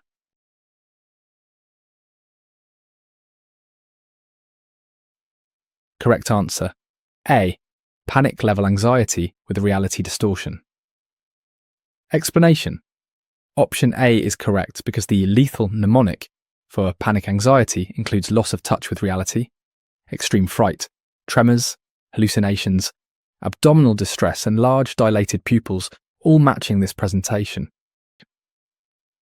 Option B is incorrect because severe anxiety, while serious, presents with rapid speech, distorted perception, elevated vitals, absent problem solving, and impending doom, but does not typically include hallucinations or total reality loss. Option C is incorrect because moderate anxiety presents with concentration difficulty, reduced perception, insomnia, elevated heart and respiratory rates, and the patient can still follow direction at this level. Option D is incorrect because mild anxiety is considered a normal level of discomfort, with only minor irritability and fidgeting, which is vastly different from the extreme presentation described in this clinical scenario. Now let's cover the 4 levels of anxiety, because the exam loves to give you a clinical presentation and ask you to classify it. The 4 levels are mild, moderate, severe, and panic. Each one has its own mnemonic to help you remember the symptoms. The patient in this question has tremors, hallucinations, dilated pupils, extreme terror, and a complete loss of touch with reality. That is panic level anxiety. The mnemonic for panic anxiety is lethal. L stands for loss of touch with reality, E stands for extreme fright, T stands for tremors, H stands for hallucinations, A stands for abdominal distress, and L stands for large dilated pupils. Now let's distinguish this from severe anxiety, which is the level just below panic. Severe anxiety uses the dread mnemonic, which includes distorted perception, rapid speech, elevated vitals, absent problem solving, and impending doom. Notice that severe anxiety does not include hallucinations or complete loss of reality contact. Those features are what push a patient from severe into panic territory. Moderate anxiety has the Creed mnemonic, and mild anxiety involves only minor discomfort and fidgeting. Here's a WGU D449 OA exam tip for you. If the question mentions hallucinations and loss of reality in an anxiety patient, that is always panic level. The word lethal tells you this is the most dangerous level. Hallucinations plus loss of reality equals panic equals lethal. 27. A patient tells the nurse they are having difficulty concentrating at work, are experiencing insomnia, and notice their heart rate feels elevated during stressful meetings. However, the patient can still follow instructions and complete assigned tasks when given direction. Which level of anxiety best matches this clinical description? A. Panic level requiring immediate sedation. B. Severe level with absent problem solving. C. Moderate level with preserved direction taking. D. Mild level with no functional impairment. Do you know the answer?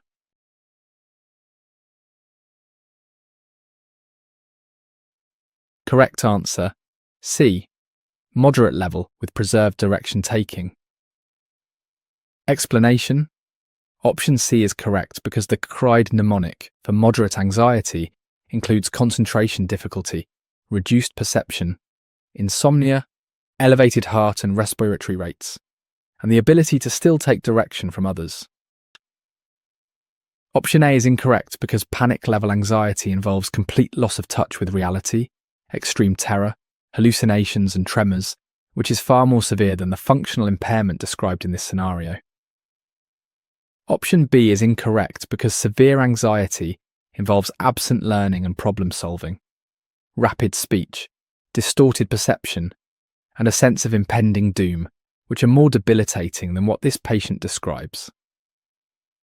Option D is incorrect because mild anxiety involves only minor discomfort, slight irritability, and fidgeting without the concentration difficulties, insomnia, and elevated heart rate that this patient is clearly experiencing. This question tests your ability to match a clinical presentation to the correct anxiety level, and the key differentiator here is that the patient can still follow instructions. The patient reports concentration difficulty, insomnia, and elevated heart rate during stressful situations, but they can still complete tasks when given direction. That preservation of the ability to take direction is the defining feature of moderate anxiety. The mnemonic for moderate anxiety is CRIED. C stands for concentration difficulty, R stands for reduced perception, I stands for insomnia, E stands for elevated heart and respiratory rates, and D stands for direction taking, meaning the patient can still follow instructions from others even though their own independent problem solving is starting to decline. Compare that to severe anxiety, where the DREAD mnemonic includes absent learning and problem solving. A patient at the severe level cannot process information or solve problems at all. At the panic level, the patient has completely lost touch with reality, and at the mild level, the patient has only minor irritability and fidgeting without the concentration problems and physical symptoms described here. Here's a WGU D449 OA exam tip for you. The word direction is your anchor for moderate anxiety. If the patient can still take direction, they are at the moderate level. Can still follow instructions equals moderate equals CRIED. That is the distinguishing factor. 28. A patient diagnosed with agoraphobia has avoided leaving home for 6 months due to intense fear of open spaces and public areas. The treatment team is developing a plan to help this patient gradually resume normal activities. Which therapeutic approach is considered the primary treatment for phobias like agoraphobia? A. Immediate full immersion in feared spaces. B. Systematic desensitization through gradual exposure. C. Long-term benzodiazepine monotherapy alone. D. Complete avoidance until fear naturally resolves. Do you know the answer?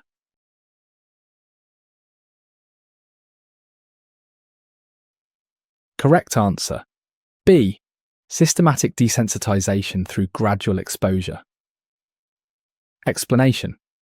Option B is correct because systematic desensitization is the primary treatment for phobias, including agoraphobia, involving gradual and progressive exposure to the feared stimulus until the anxiety response diminishes over time.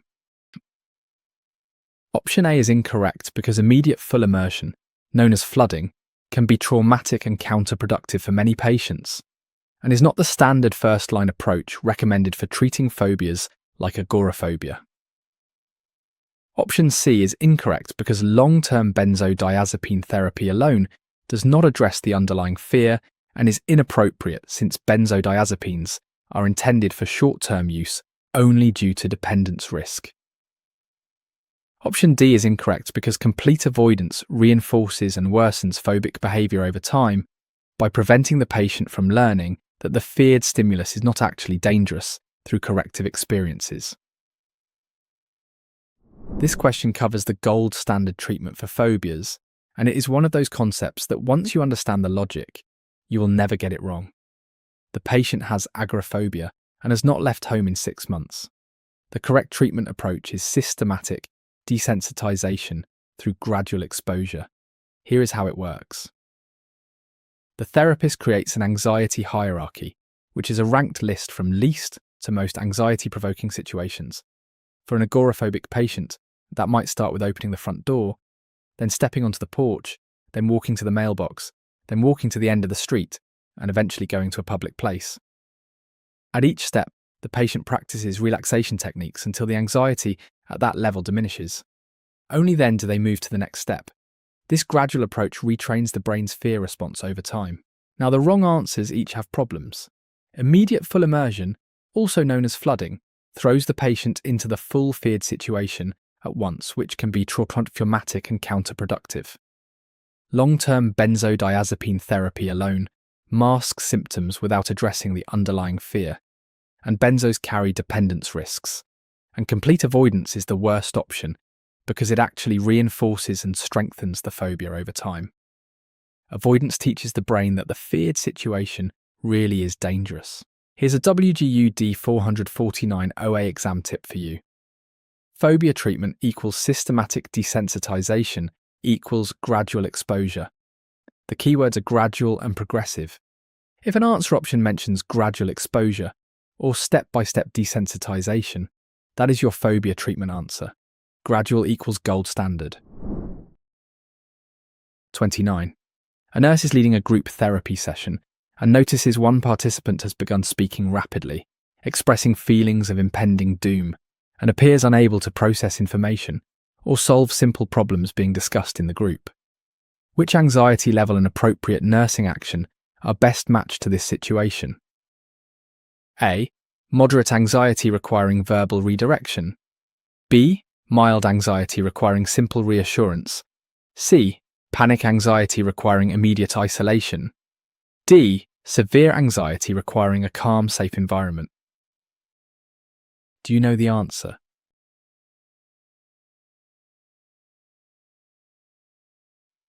Correct answer, D. Severe anxiety requiring a calm, safe environment. Explanation.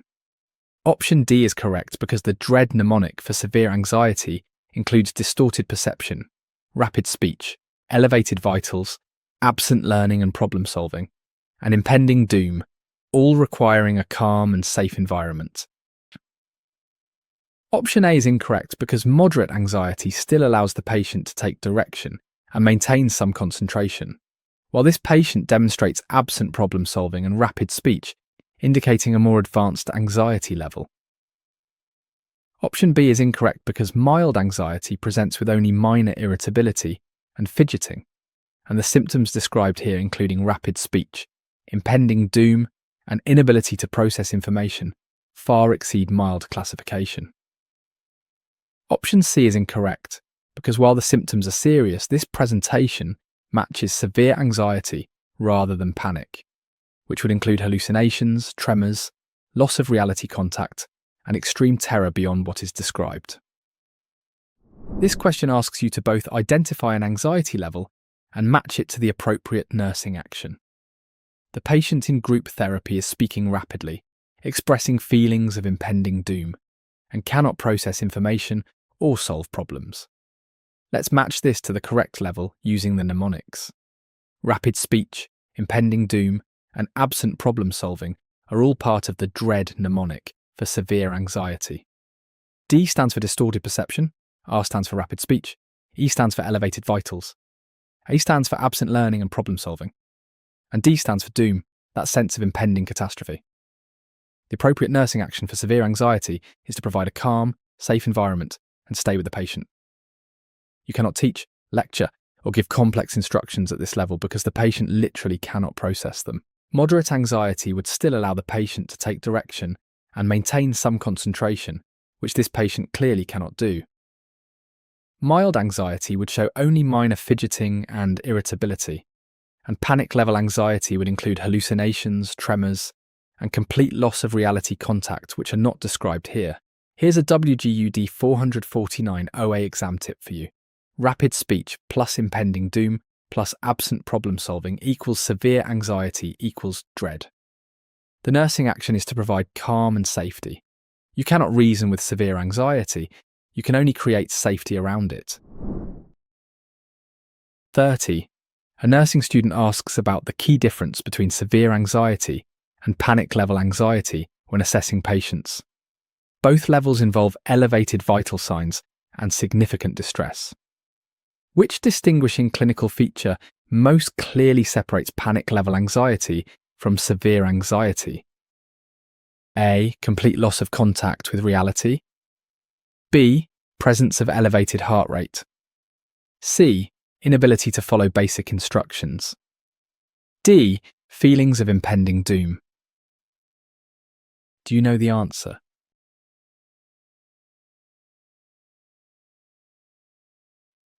Correct answer, A. Complete loss of contact with reality. Explanation. Option A is correct, because the defining feature that separates panic anxiety from severe anxiety is the complete loss of touch with reality, along with hallucinations and extreme terror that are not present at the severe level. Option B is incorrect because elevated heart rate is present in both moderate, severe, and panic levels of anxiety, making it a shared feature rather than a distinguishing characteristic between these two highest anxiety levels. Option C is incorrect because inability to follow instructions can be present in both severe and panic anxiety. While problem solving is absent at the severe level, it does not specifically distinguish panic from severe. Option D is incorrect because feelings of impending doom are specifically listed under the severe anxiety, dread mnemonic, not panic, making this a feature of severe anxiety rather than the distinguishing factor of panic. This is a great question because it forces you to identify the one clinical feature that draws the line between severe and panic level anxiety. Both levels involve elevated vital signs and significant distress. Both levels involve an inability to function normally. So what separates them? The answer is complete loss of contact with reality. That is the defining clinical feature of panic level anxiety that severe anxiety does not have. At the severe level, using the dread mnemonic, the patient has distorted perception, rapid speech, elevated vitals, absent problem solving, and feelings of impending doom. But they are still in contact with reality. They know where they are. They may not be able to think clearly, but they are not hallucinating. At the panic level, using the lethal mnemonic, the patient has lost all contact with reality. They may hallucinate. They experience extreme terror beyond what the situation warrants. They have tremors and dilated pupils. The jump from severe to panic is the jump from impaired reality to lost reality. The other answer options are shared features. Elevated heart rate exists at moderate, severe, and panic levels. Inability to follow instructions overlaps between severe and panic. And impending doom is specifically listed under severe anxiety in the dread mnemonic, not panic. Here's a WGU D449 OA exam tip for you. The dividing line between severe and panic is reality contact. Severe equals distorted reality. Panic equals lost reality. Distorted versus lost, that is the distinction to remember. 31. A nurse is admitting a severely underweight patient, diagnosed with anorexia nervosa, who reports vigorous daily exercise, has not menstruated in 4 months, and displays fine body hair on the arms and face. Which combination of nursing interventions should be prioritised immediately upon admission for this malnourished patient? A. Encouraging self-directed meal choices freely. B. Beginning an intensive exercise rehabilitation program. C. Strict caloric monitoring with supervised meals. D. Allowing the patient to eat alone privately. Do you know the answer?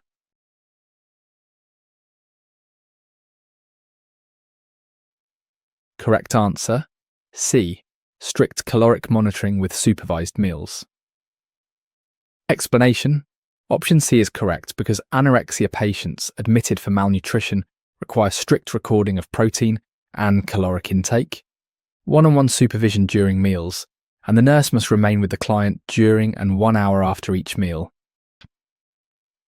Option A is incorrect because allowing self-directed meal choices gives the patient control to continue restrictive eating patterns, which directly undermines the treatment goal of gradually increasing caloric intake and achieving weight gain. Option B is incorrect because exercise is restricted for patients admitted with anorexia and malnutrition, since physical activity increases caloric expenditure and works against the primary treatment goal of weight restoration. Option D is incorrect because eating alone allows the patient to hide food, engage in food rituals, or dispose of meals without detection. And supervised meals are a core component of inpatient anorexia treatment. Let's shift into eating disorder nursing, starting with the immediate priorities when admitting a severely malnourished anorexia nervosa patient.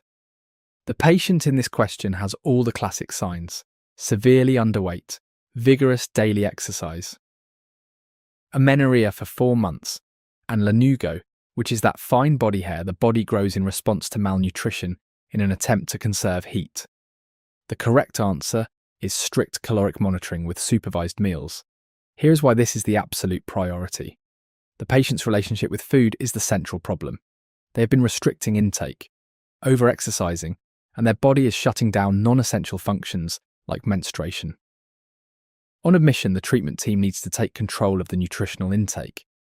That means recording every calorie and gram of protein consumed, one-on-one supervision during meals so the patient cannot hide or discard food, and the nurse must remain with the patient for 1 to 2 hours after each meal to prevent purging. The wrong answers all undermine recovery. Self-directed meal choices hand control back to the patient, who will continue restricting. An exercise rehabilitation program is dangerous because exercise increases caloric expenditure in a patient who is already malnourished, and allowing the patient to eat alone provides the opportunity to hide food, engage in rituals, or throw meals away. Here's a WGU D449 OA exam tip for you. Anorexia admission equals supervised meals plus caloric monitoring plus stay with the patient after eating. The nurse controls the nutrition. Think of it as control the calories, control the recovery. 32. A nurse notices calluses on the knuckles and backs of a patient's hands during a physical assessment. The patient maintains a normal body weight, has noticeable tooth enamel erosion, and reports feeling out of control around food. Which eating disorder and its hallmark clinical finding do these assessment findings most strongly suggest? A. Anorexia nervosa with lanugo development. B. Binge eating disorder with weight fluctuation. C. Avoidant food intake with weight loss. D. Bulimia nervosa with Russell, sign present. Can you guess the answer?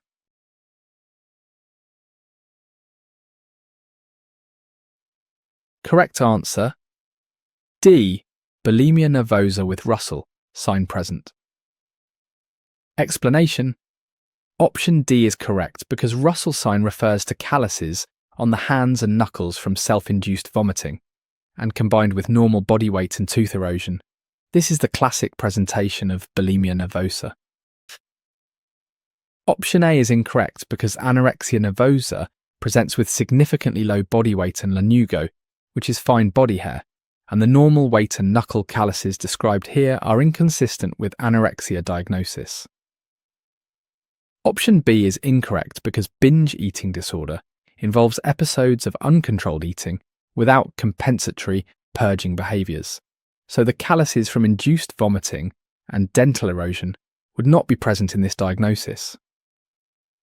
Option C is incorrect because avoidant restrictive food intake disorder involves limited food variety or volume without body image disturbance or purging behaviour, and the physical findings described are specific to self-induced vomiting. This question tests your ability to recognise the physical signs specific to bulimia nervosa. The patient has calluses on the knuckles and backs of the hands, maintains a normal body weight, has tooth enamel erosion, and reports feeling out of control around food. That combination points directly to bulimia nervosa with Russell sign present. Russell sign is the name for the calluses and scarring that develop on the knuckles and dorsum of the hand from repeatedly using fingers to induce vomiting. The teeth scrape against the knuckles during self-induced purging, and over time, distinctive calluses form. Tooth enamel erosion happens because repeated exposure to stomach acid dissolves the protective enamel layer on the teeth. And the normal body weight is a key differentiator. Unlike anorexia patients who are significantly underweight, bulimia patients typically maintain a normal or near normal weight because they alternate between binge eating and compensatory purging. The wrong answers each describe different conditions. Anorexia nervosa presents with significantly low body weight and lanugo, not normal weight and knuckle calluses. Binge eating disorder involves episodes of overeating without compensatory purging, so there would be no vomiting-related physical signs. And avoidant restrictive food intake disorder involves limited food variety without body image disturbance or purging behaviour. Here's a WGU D449 OA exam tip for you. Knuckle calluses plus normal weight plus dental erosion equals bulimia with Russell sign. The Russell sign is your anchor. Calluses on the knuckles from purging equals Russell sign equals bulimia.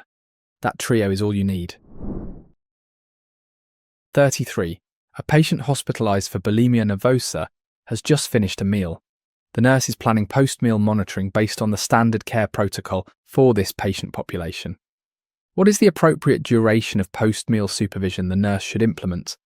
And what is the primary purpose of this monitoring period? A. 1 to 2 hours to prevent purging behaviours. B. 30 minutes to check for drowsiness. C. 4 hours to monitor for food allergies. D. No monitoring is needed after meals. Do you know the answer?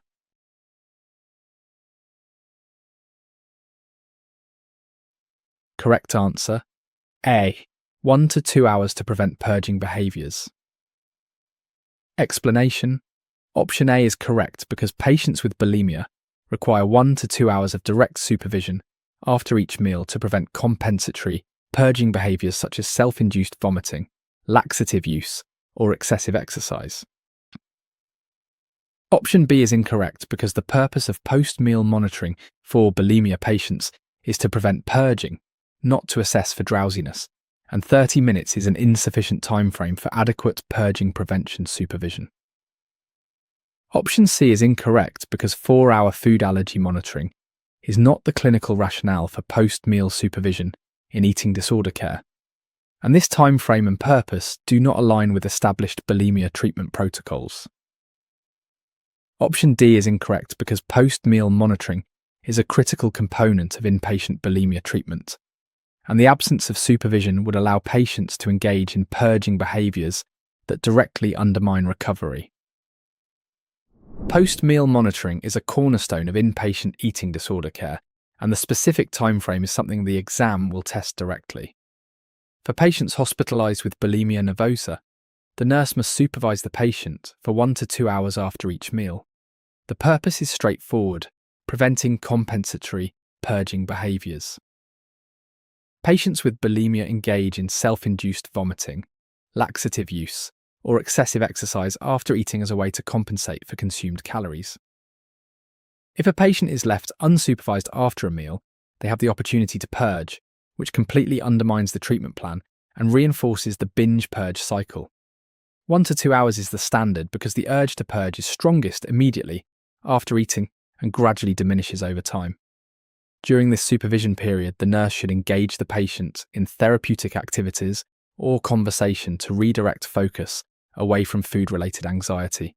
The wrong answers all miss the point. 30 minutes to check for drowsiness has nothing to do with eating disorder care. 4 hours for food allergy monitoring is an entirely different clinical context. And no monitoring after meals defeats the purpose of inpatient treatment for bulimia. Here's a WGU D449 OA exam tip for you. Bulimia post-meal monitoring equals 1 to 2 hours to prevent purging. The number range 1 to 2 is what you need to memorise. After meals, stay 1 to 2 hours. That is the standard. 34. A nurse caring for a patient with anorexia nervosa reviews the morning laboratory results and notices a potassium level of 3.2 milliequivalents per litre. The patient has also been experiencing heart palpitations. What is the most dangerous complication the nurse should associate with this electrolyte imbalance in an eating disorder patient? A. Chronic joint inflammation long-term. B. Cardiac dysrhythmias from hypokalemia. C. Permanent vision loss from malnutrition. D. Irreversible kidney stone formation. What do you think is the answer?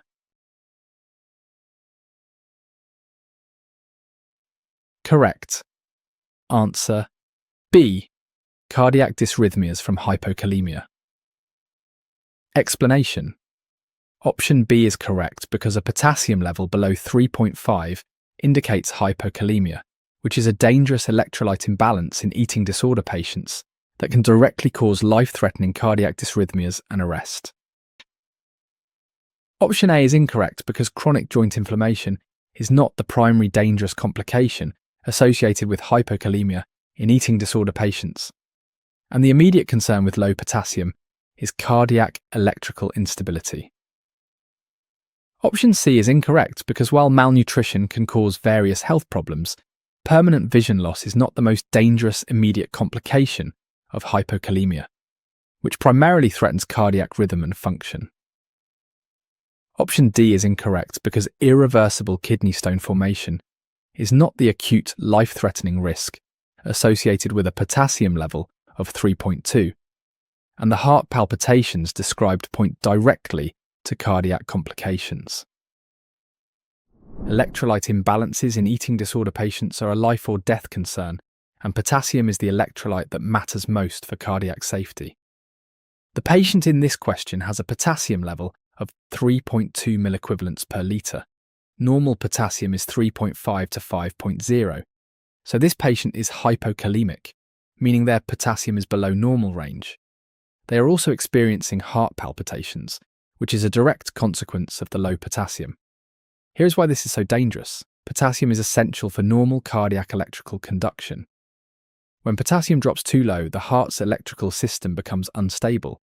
The result is cardiac dysrhythmias, which are abnormal heart rhythms that can range from premature beats to fatal ventricular fibrillation. In eating disorder patients, hypokalemia commonly results from purging behaviours, whether that is vomiting, laxative abuse, or diuretic misuse.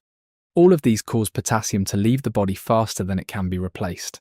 The wrong answers describe complications that are not the acute, life-threatening concern with hypokalemia.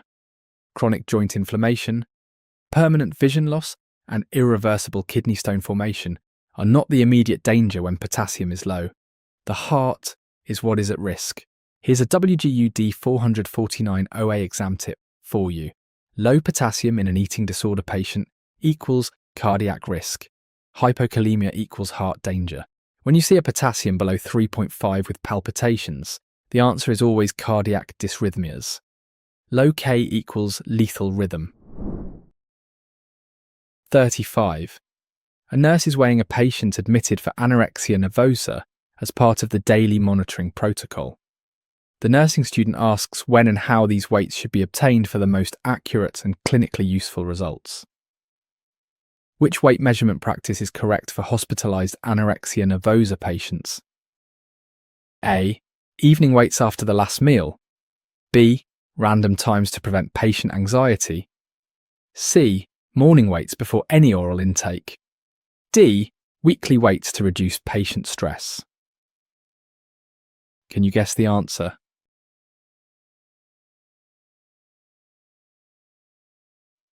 Correct answer, C. Morning weights before any oral intake. Explanation. Option C is correct because anorexia patients should be weighed in the morning before any oral intake to obtain the most accurate baseline measurement, which helps the treatment team track genuine weight restoration progress. Option A is incorrect because evening weights after meals would include the weight of consumed food and fluids, providing inaccurate readings that do not reflect true body weight changes and can mask treatment progress. Option B is incorrect because random weighing times create inconsistent data that cannot be reliably compared across days, making it impossible to accurately track whether the patient's weight restoration is progressing appropriately. Option D is incorrect because weekly weights are insufficient for closely monitoring a malnourished anorexia patient who needs daily weight tracking to detect concerning trends and evaluate whether nutritional interventions are effective. Weight monitoring in anorexia patients is a specific protocol with specific rules, and the exam tests whether you know the correct procedure. The correct practice is morning weights before any oral intake. Here is the reasoning. Morning weights after voiding but before eating or drinking give you the most accurate and consistent baseline measurement. This eliminates variables like food weight, fluid intake, and daily fluctuations that would skew the numbers. The treatment team uses these daily weights to track whether the patient is actually gaining weight and whether nutritional interventions are working. Consistency is everything in this measurement. Same time every day, same conditions, same clothing ideally, and always before the patient has consumed anything. Evening weights after meals would include the weight of whatever food and drink the patient consumed that day, making the measurement unreliable and not comparable across days. Random weighing times create data that cannot be meaningfully compared because conditions differ each time, and weekly weights are far too infrequent for a severely malnourished patient who needs daily tracking to catch concerning trends early. Here's a WGU D449 OA exam tip for you. Anorexia weight monitoring equals morning, before intake daily. If the exam asks when to weigh anorexia patients, the answer is always morning before eating or drinking. Morning, empty, daily. That is the protocol. 36. A patient says to the nurse, "My life feels empty and meaningless lately." The nurse wants to use a therapeutic communication technique that helps the patient elaborate on this statement by using the patient's own key words. Which therapeutic communication technique involves repeating the patient's exact keywords back to them for clarification? A. Offering unsolicited personal advice. B. Providing immediate false reassurance. C. Redirecting to an unrelated cheerful topic. D. Restating the patient's own keywords. Can you guess the answer?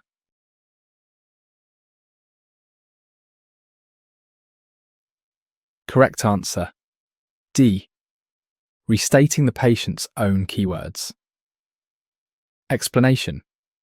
Option D is correct because restating involves repeating the same keywords the patient has spoken, such as responding with, "Your life feels empty," which encourages elaboration and shows active listening. Option A is incorrect because offering unsolicited personal advice is a non-therapeutic communication technique that imposes the nurse's values on the patient and blocks the patient from exploring their own feelings and solutions. Option B is incorrect because providing false reassurance like "everything will be fine" minimizes the patient's feelings, is dishonest, and blocks further therapeutic exploration of the underlying emotional distress being expressed. Option C is incorrect because redirecting to an unrelated cheerful topic avoids the patient's expressed concern, communicates that their feelings are unimportant, and prevents therapeutic exploration of the emotional distress being shared.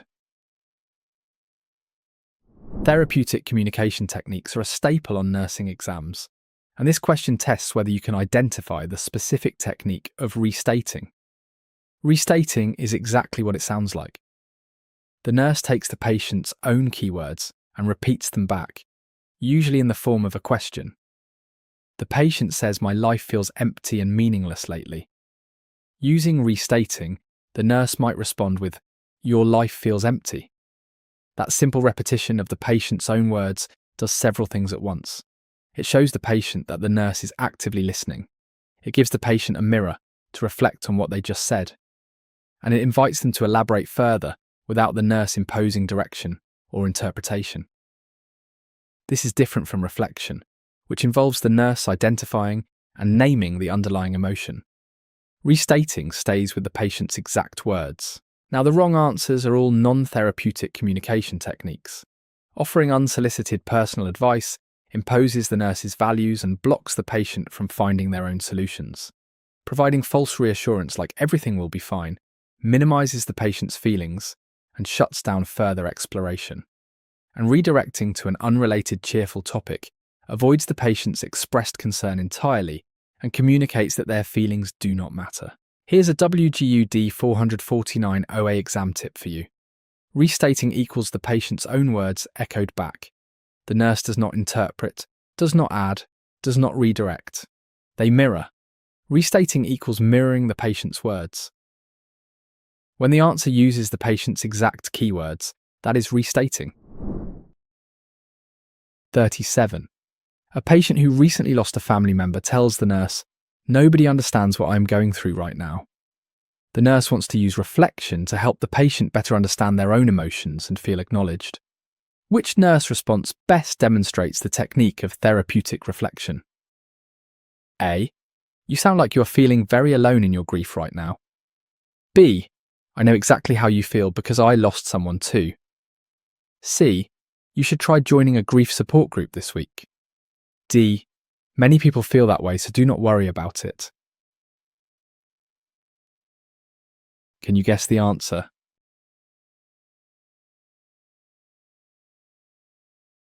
Correct answer, A. You sound like you are feeling very alone in your grief right now. Explanation. Option A is correct because reflection involves the nurse making observations about the patient's emotions and conveying them back, helping the patient better understand their own feelings without judgment or unsolicited advice. Option B is incorrect because sharing personal experiences shifts the focus from the patient to the nurse, is a non-therapeutic technique, and the phrase, "I know exactly how you feel," invalidates the uniqueness of the patient's grief. Option C is incorrect because immediately suggesting a support group gives unsolicited advice before fully exploring the patient's emotional state and can feel dismissive of the feelings they are attempting to express. Option D is incorrect because telling someone not to worry, and that many people feel the same way, is false reassurance and minimization. Both non-therapeutic responses that shut down further communication and emotional processing. Now let's distinguish reflection from restating, because the exam often presents both and expects you to tell them apart. The patient says, "Nobody understands what I am going through right now." The correct response using reflection is, "You sound like you are feeling very alone in your grief right now." Notice what the nurse did. They did not repeat the patient's exact words.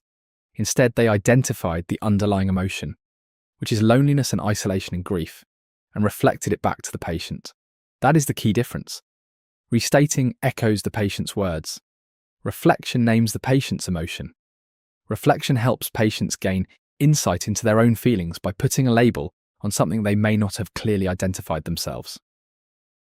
The patient said, "Nobody understands," and the nurse translated that into "You are feeling alone." That is the reflective leap. The wrong answers demonstrate three different non-therapeutic techniques. Saying, "I know exactly how you feel," because I lost someone too, shifts focus to the nurse and invalidates the uniqueness of the patient's experience.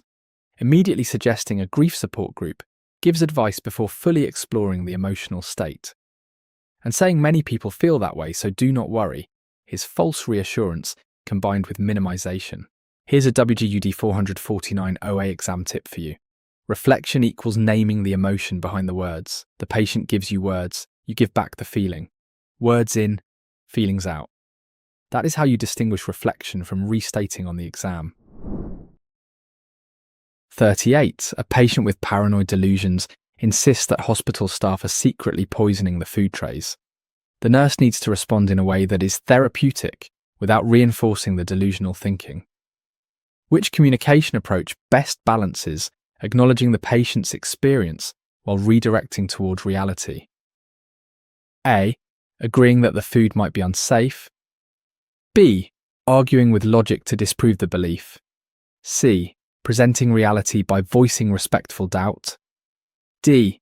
Ignoring the statement and changing subjects. What do you think is the answer?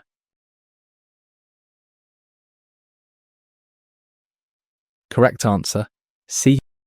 Presenting reality by voicing respectful doubt. Explanation. Option C is correct because voicing doubt and presenting reality is the recommended therapeutic approach for delusions, as it gently challenges the false belief without arguing while maintaining the therapeutic relationship with the patient. Option A is incorrect because agreeing with delusions reinforces the false belief system, validates the paranoid thinking, and can potentially escalate the patient's distress and make the delusional content more firmly entrenched. Option B is incorrect because directly arguing with a delusional patient using logic is non-therapeutic, as delusions are fixed beliefs not responsive to logical argument, and confrontation can damage rapport and increase agitation.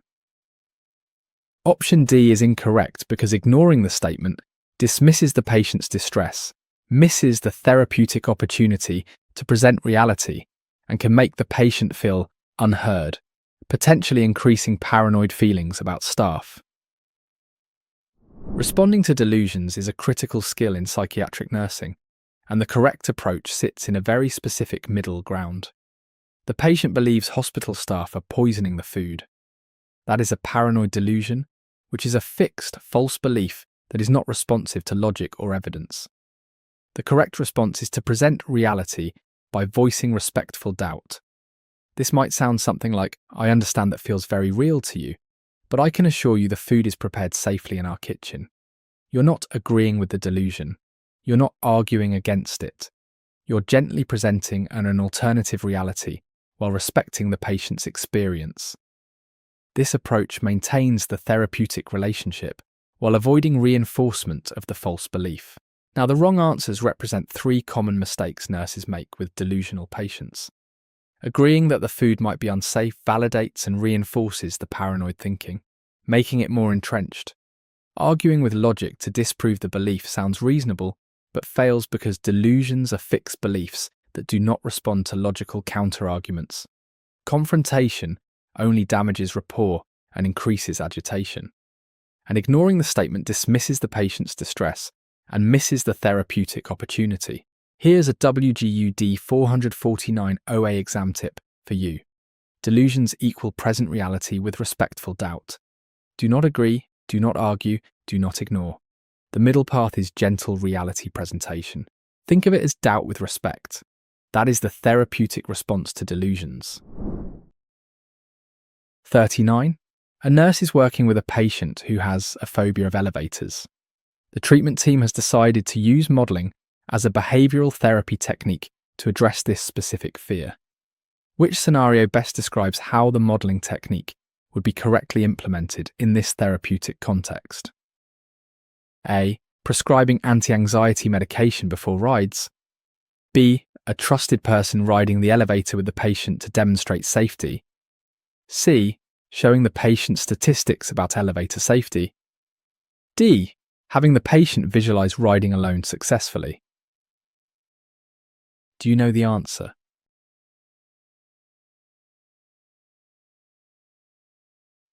Correct answer.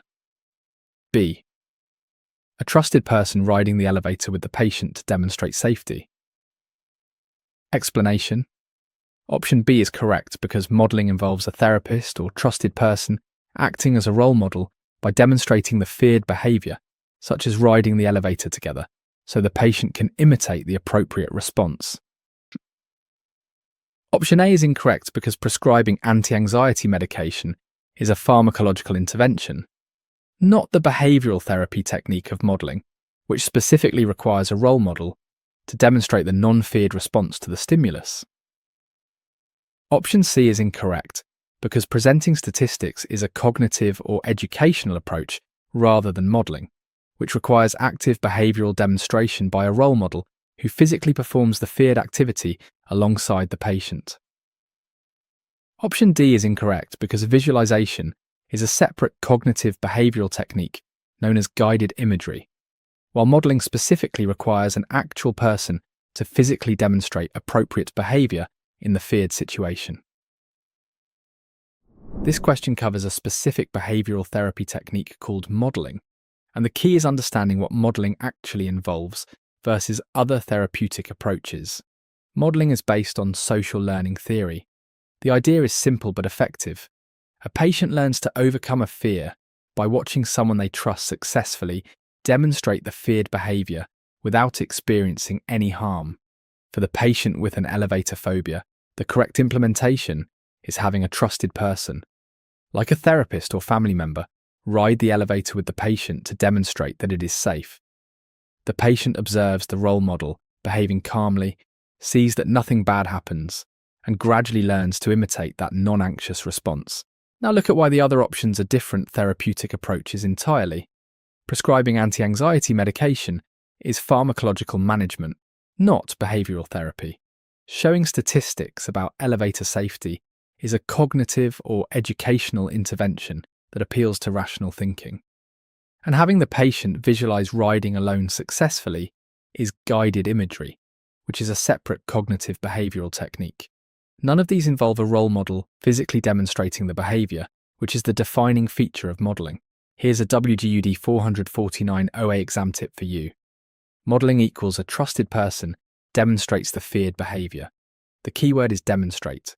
Someone does it first to show the patient it is safe. Modelling equals watching someone else do it first. That is the concept. 40. A nurse is teaching new staff about the difference between open-ended and closed-ended communication in psychiatric nursing. A patient has just been admitted after a suicide attempt and needs therapeutic assessment. Which question best demonstrates an open-ended therapeutic communication approach for exploring this patient's emotional state? A. Did you take your medication today? B. Are you feeling better right now? C. Do you want to talk to someone? D. What has been on your mind lately? Do you know the answer?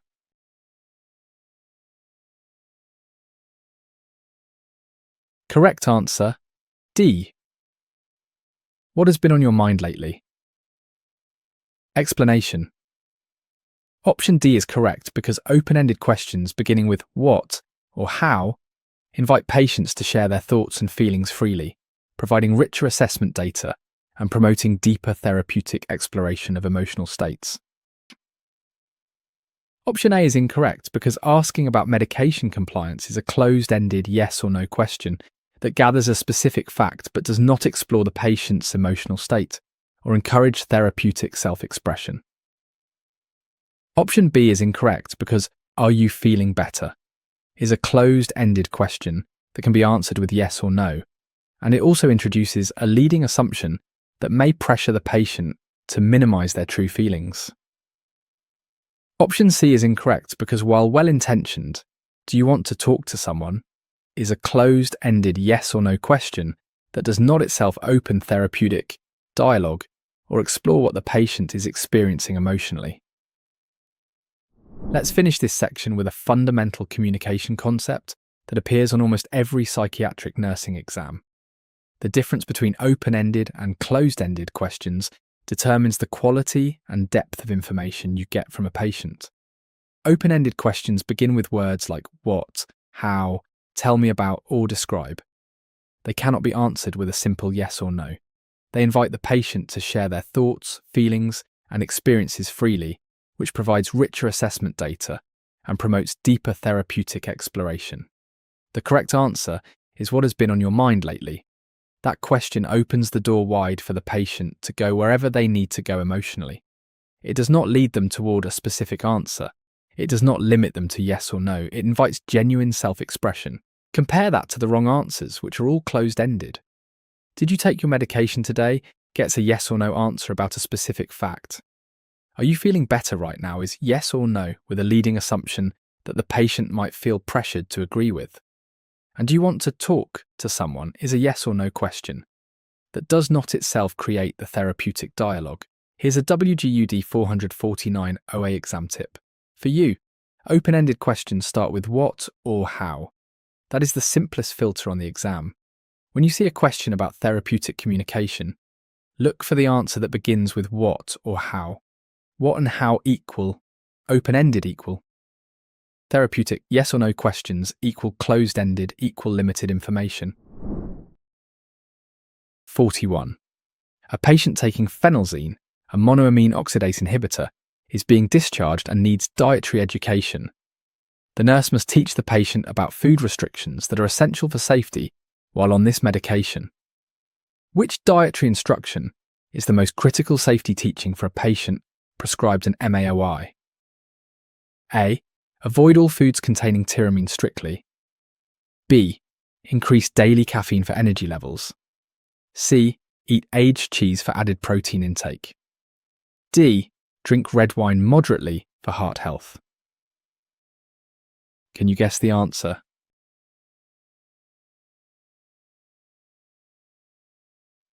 Correct answer, A.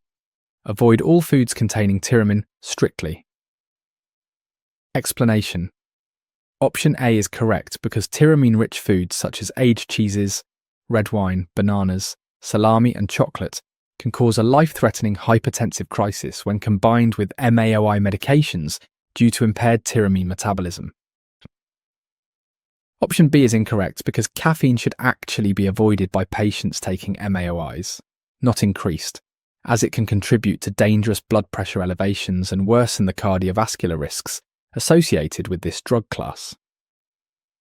Option C is incorrect because aged cheese is one of the most dangerous tyramine-rich foods for MAOI patients, and consuming it could directly trigger a hypertensive crisis with severe headache, agitation, and potentially fatal outcomes.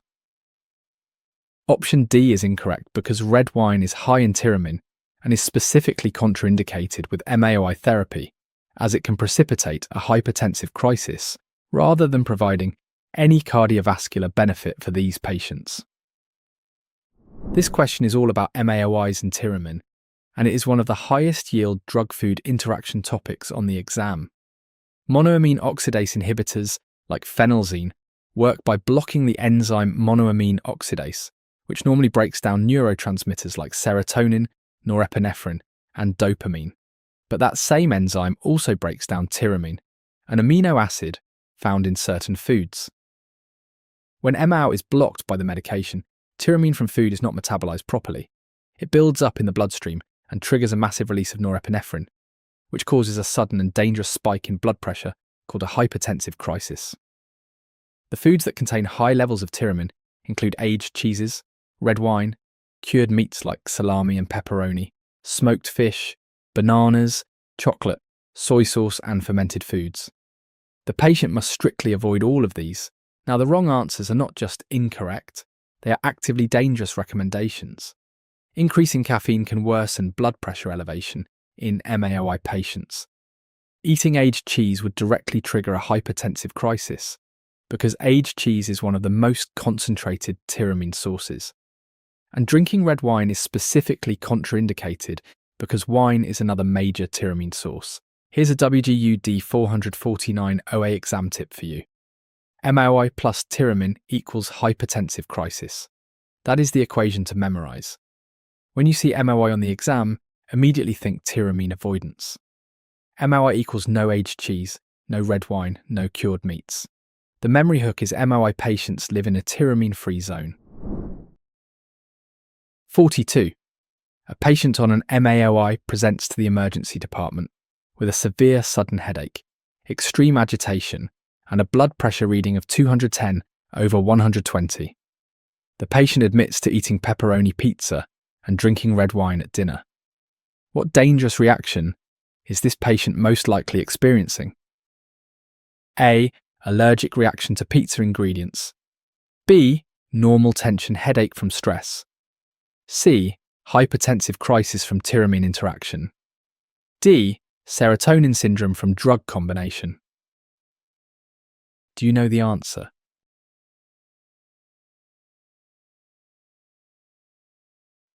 Correct answer, C.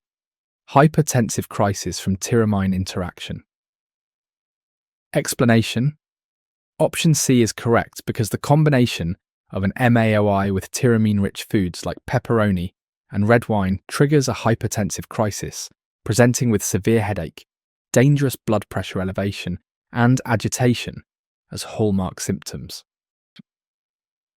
Option A is incorrect because the sudden severe hypertension and agitation following consumption of specifically tyramine-rich foods in a patient on MAOIs points to a drug-food interaction, not a food allergy with different symptom patterns. Option B is incorrect because a blood pressure of 210 over 120 with sudden severe headache and agitation in an MAOI patient who consumed tyramine foods is a medical emergency, not a benign tension headache. Option D is incorrect because serotonin syndrome is caused by combining serotonergic medications, not by food-drug interactions, and presents with fever, diaphoresis, and tremors rather than the isolated severe hypertension seen here. This question takes the MAOI-tyramine interaction we just learned and shows you what it actually looks like in a clinical emergency. The patient is on an MAOI and ate pepperoni pizza and drank red wine.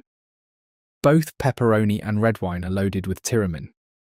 Now, the patient presents with a severe sudden headache, extreme agitation, and a blood pressure of 210/120.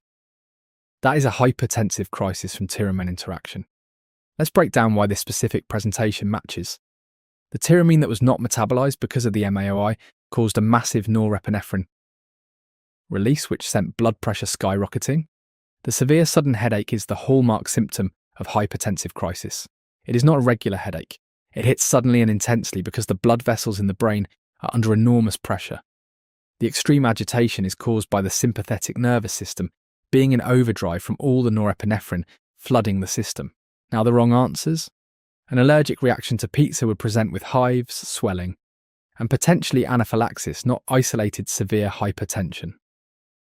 A normal tension headache does not produce a blood pressure of 210/120, and serotonin syndrome is caused by combining serotonergic medications, not by food-drug interactions, and would present with fever, diaphoresis, and muscle rigidity rather than isolated hypertension. Here's a WGU D449 OA exam tip for you.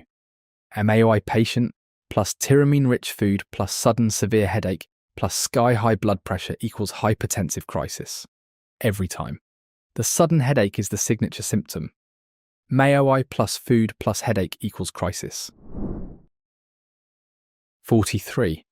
A nurse is monitoring a patient who recently started sertraline and also takes St. John's wort as an herbal supplement. The patient develops agitation, fever, profuse sweating, and muscle tremors over the course of several hours. Which adverse drug interaction is the nurse most likely observing in this clinical scenario? A. Neuroleptic malignant syndrome from sertraline.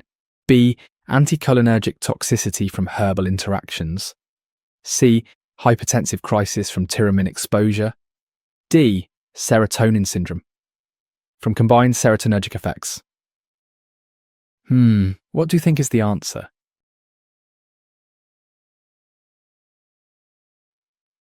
Correct answer, D. Serotonin syndrome from combined serotonergic effects. Explanation. Option D is correct because St. John's wort combined with SSRIs like sertraline increases serotonin levels excessively, and the symptoms of agitation, fever, diaphoresis, and tremors are the hallmark presentation of serotonin syndrome. Option A is incorrect because neuroleptic malignant syndrome is caused by antipsychotic medications that block dopamine, not by SSRIs. And though some symptoms overlap, the drug class and mechanism are entirely different. Option B is incorrect because anticholinergic toxicity presents with dry mouth, urinary retention, constipation, and blurred vision, which differ significantly from the agitation, fever, sweating, and tremors described in this scenario. Option C is incorrect because hypertensive crisis from tyramine exposure is specifically associated with MAOI medications, not SSRIs, and the presentation here matches serotonin syndrome rather than a food-drug blood pressure emergency. Now let's tackle serotonin syndrome, because the exam needs you to distinguish it from other drug reactions. The patient is taking sertraline, which is an SSRI, and also takes St. John's wort, which is an herbal supplement that also increases serotonin levels. When you combine two substances that both boost serotonin, the result is excessive serotonin activity in the brain, and that produces serotonin syndrome. The hallmark symptoms are agitation, fever, profuse sweating, which is called diaphoresis, and muscle tremors. Other features can include diarrhea, rapid heart rate, and in severe cases, seizures and muscle rigidity. This is a medical emergency. The key concept to grasp is that serotonin syndrome is caused by too much serotonin from combining serotonergic substances. It's not just prescription drug combinations. Herbal supplements like St. John's wort are serotonergic, and patients often do not think to mention them because they consider herbs to be natural and harmless. Now, the wrong answers each describe a different drug reaction with a different mechanism. Neuroleptic malignant syndrome is caused by dopamine-blocking antipsychotics, not SSRIs. Anticholinergic toxicity presents with dry symptoms like dry mouth, constipation, blurred vision, and urinary retention, which is a completely different picture from the wet, sweaty presentation of serotonin syndrome. And hypertensive crisis from tyramine is specific to MAOIs, not SSRIs. Here's a WGU D449 OA exam tip for you. 2 serotonin boosters together equals serotonin syndrome. The presentation is hot, sweaty, agitated, and trembling. Think of serotonin syndrome as the wet and hot syndrome. The patient is sweating, feverish, and shaking. Wet and hot equals serotonin syndrome. 44. A patient taking amitriptyline, a tricyclic antidepressant, reports dry mouth, constipation, blurred vision, and urinary hesitancy at a follow-up appointment. The nurse recognizes these as a predictable side effect cluster. Which pharmacological property of tricyclic antidepressants is responsible for this specific group of side effects? A. Serotonin reuptake inhibition effects. B. Anticholinergic effects on the body. C. Dopamine receptor blockade effects. D. GABA enhancement in the brain. Do you know the answer?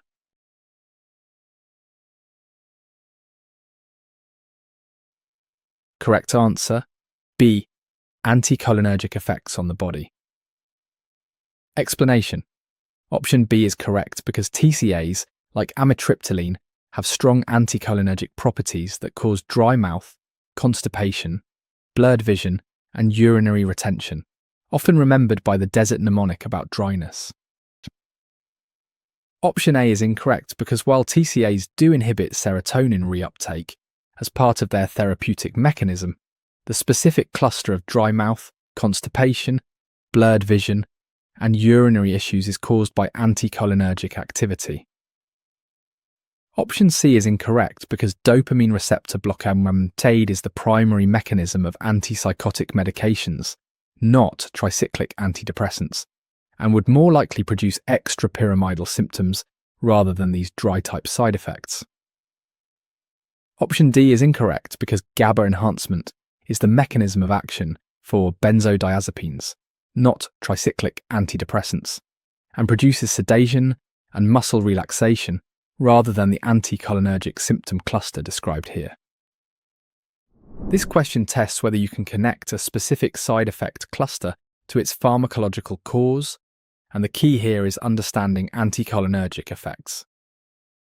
Tricyclic antidepressants like amitriptyline are older antidepressants that block the reuptake of serotonin and norepinephrine, which is their therapeutic mechanism. But they also block acetylcholine receptors, which produces anticholinergic side effects. Acetylcholine is responsible for many body functions, including saliva production, gut motility, bladder contraction, and lens accommodation in the eyes. When you block acetylcholine, all of those functions slow down or stop. The result is the classic anticholinergic cluster: dry mouth because saliva production drops, constipation because gut motility slows, blurred vision because the lens cannot accommodate properly, and urinary hesitancy because the bladder cannot contract efficiently. There is a memory device for this called the desert mnemonic. Everything dries out: dry mouth, dry eyes, dry gut, dry bladder. The patient is essentially walking through a desert. Now, the wrong answers each describe a different pharmacological mechanism. Serotonin reuptake inhibition is the therapeutic action of TCAs, but it does not cause the dry symptom cluster. Dopamine receptor blockade is the mechanism of antipsychotics and would produce movement disorders. And GABA enhancement is the mechanism of benzodiazepines, producing sedation and relaxation. Here's a WGU D449 OA exam tip for you. Dry mouth plus constipation plus blurred vision plus urinary retention equals anticholinergic effects. That cluster is your signal, and TCAs are the antidepressant class most strongly associated with anticholinergic side effects. Dry everything equals anticholinergic equals TCA. 45. A nurse is educating a patient newly started on an SSRI about what to expect from the medication. The patient is frustrated because they do not feel any improvement after 5 days and wants to stop taking it immediately. What is the most important information the nurse should communicate about SSRI therapeutic onset? A. Full effects require 2 or more weeks. B. The medication should work within hours. C. Stopping immediately is completely safe. D. Switching to an MAOI would be faster. Can you guess the answer?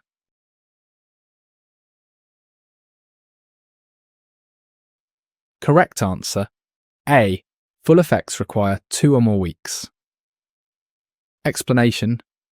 Option A is correct, because SSRIs typically require 2 or more weeks before the patient experiences the full therapeutic effect. And this education helps set realistic expectations and encourages medication adherence during early treatment. Option B is incorrect because SSRIs do not provide immediate symptom relief within hours, and telling a patient otherwise would create false expectations that could lead to frustration, premature discontinuation, and treatment failure.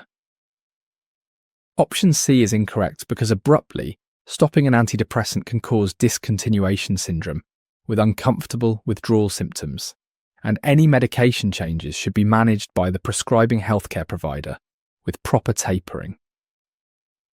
Option D is incorrect because MAOIs are typically the last-line treatment used when patients are resistant to other antidepressant classes, and switching requires a minimum 2-week washout period between medications for safety. This is a patient education question that tests whether you understand SSRI onset timing, and it is one of those facts that comes up over and over again. SSRIs do not work immediately. Full therapeutic effects typically require 2 or more weeks, and sometimes up to 4 to 6 weeks, before the patient experiences meaningful improvement in their depressive symptoms. The patient in this question is frustrated after 5 days and wants to stop taking the medication. The nurse needs to educate the patient that this timeline is completely normal and expected. The pharmacological reason is that SSRIs block the reuptake of serotonin, but it takes time for the increased serotonin availability to produce downstream changes in receptor sensitivity and neural circuit function. The brain needs weeks to adapt to the new neurochemical environment. This teaching is critical because patients who do not understand the delayed onset often abandon treatment prematurely, concluding the medication does not work. Now, the wrong answers. Saying the medication should work within hours is flatly inaccurate and would set the patient up for even more frustration. Telling the patient that stopping immediately is completely safe is dangerous because abrupt discontinuation can cause discontinuation syndrome with symptoms like dizziness, nausea, irritability, and electric shock sensations. And switching to an MAOI is not a faster alternative.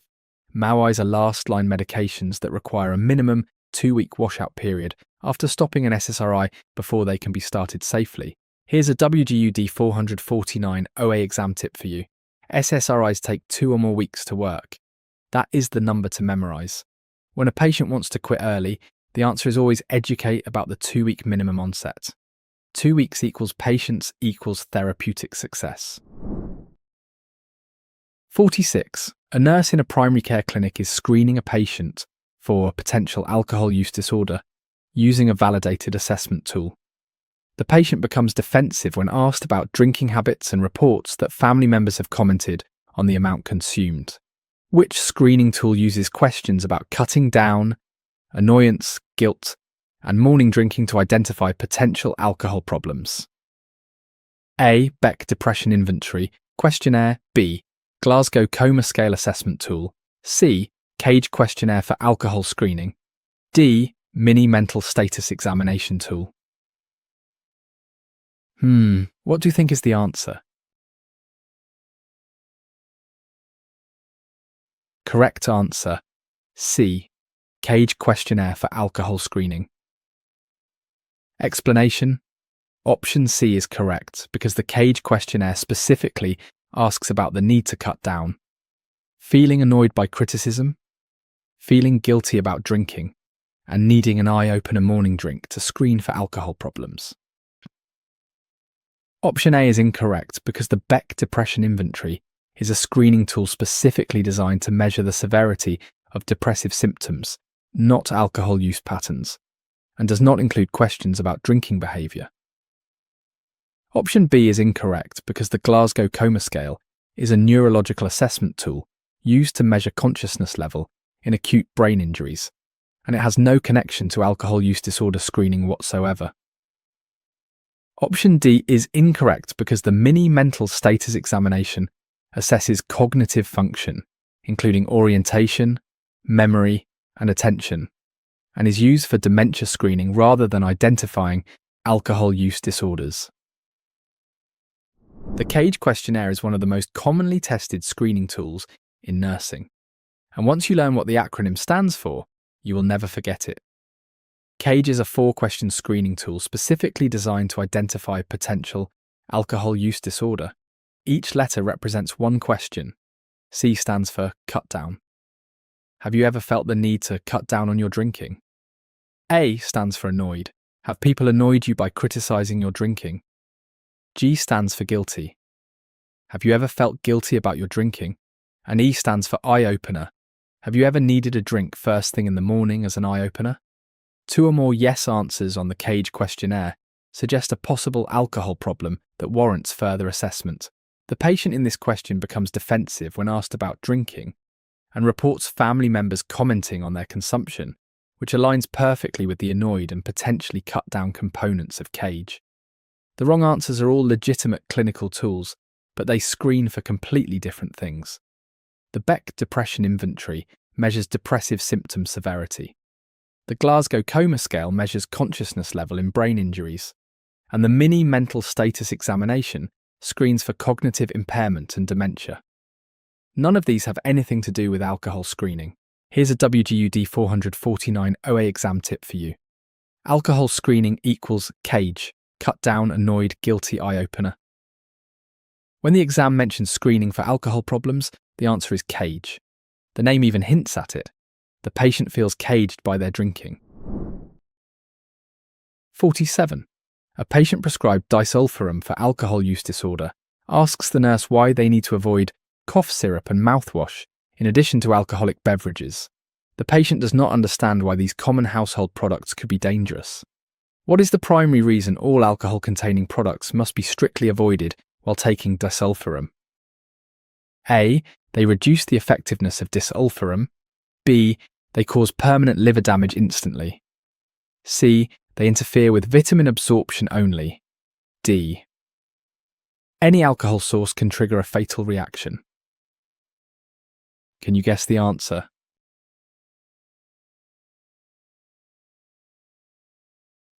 Correct answer. D. Any alcohol source can trigger a fatal reaction. Explanation.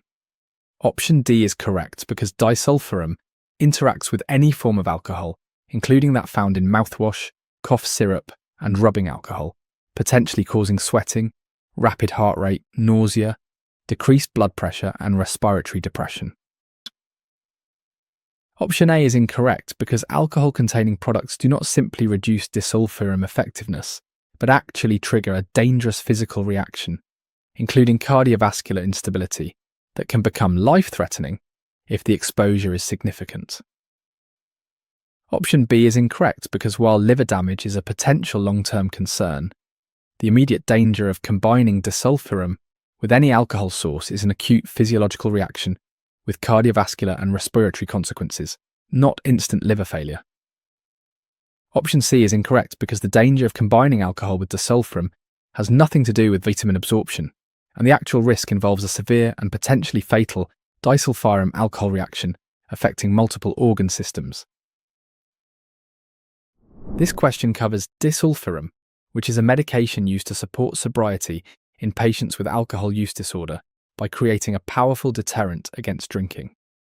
Disulfiram works by blocking the enzyme aldehyde dehydrogenase, which is needed to metabolize alcohol.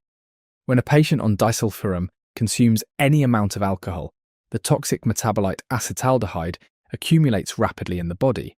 The result is an extremely unpleasant and potentially fatal reaction that includes severe nausea, vomiting, profuse sweating, rapid heart rate, dangerous drops in blood pressure, and respiratory depression. The critical teaching point is that this reaction is not limited to alcoholic beverages. Any source of alcohol can trigger it. That includes cough syrup, mouthwash, hand sanitizer, cologne, aftershave, vanilla extract, and even some cooking wines and vinegars. The patient needs to read labels on everything and avoid all products containing alcohol in any form. Now, the wrong answers mischaracterize the danger. Alcohol-containing products do not simply reduce disulfiram's effectiveness. They trigger an active, dangerous physiological reaction. The danger is not instant permanent liver damage, though liver concerns exist with disulfiram, and it has nothing to do with vitamin absorption. The real risk is a multi-system crisis that can be fatal. Here's a WGU D449 OA exam tip for you. Disulfiram plus any alcohol source equals dangerous reaction. The keyword is any, not just drinks, any alcohol source, mouthwash, cough syrup, hand sanitizer, cooking wine. Disulfiram patients must avoid all alcohol in all forms. Think total alcohol avoidance, not just beverage avoidance. 48. A nurse finds a patient unresponsive with a respiratory rate of 8 breaths per minute, constricted pupils, and slurred speech that preceded the loss of consciousness. The patient's medical history includes chronic pain managed with opioid medications. Which medication and its mechanism of action represent the correct emergency intervention for this clinical presentation? A. Naloxone to displace opioids from receptors. B. Flumazenil to reverse sedative effects. C. Benztropine to restore neurotransmitter balance. D. Dantrolene to relax skeletal muscle rigidity. Can you guess the answer?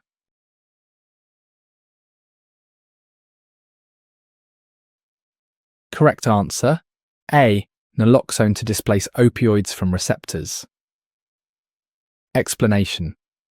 Option A is correct because naloxone is the specific antidote for opioid overdose that works by displacing opioid analgesics from their receptors in the central nervous system, and it should be administered when respiratory rate falls below 10.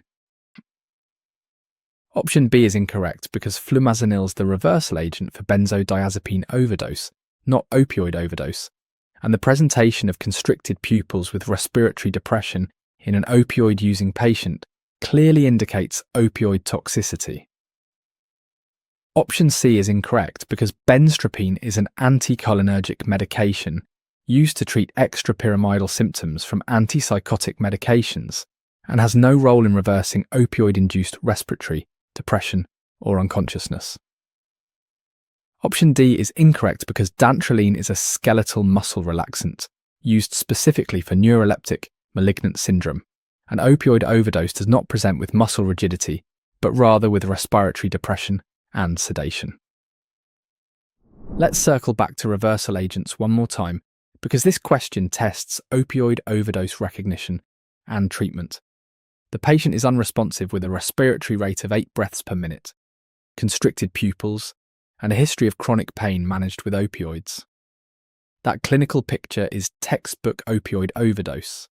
The 3 classic signs are respiratory depression, pinpoint or constricted pupils, and decreased level of consciousness. The emergency intervention is naloxone, which works by competitively displacing opioid molecules from their receptor sites in the central nervous system.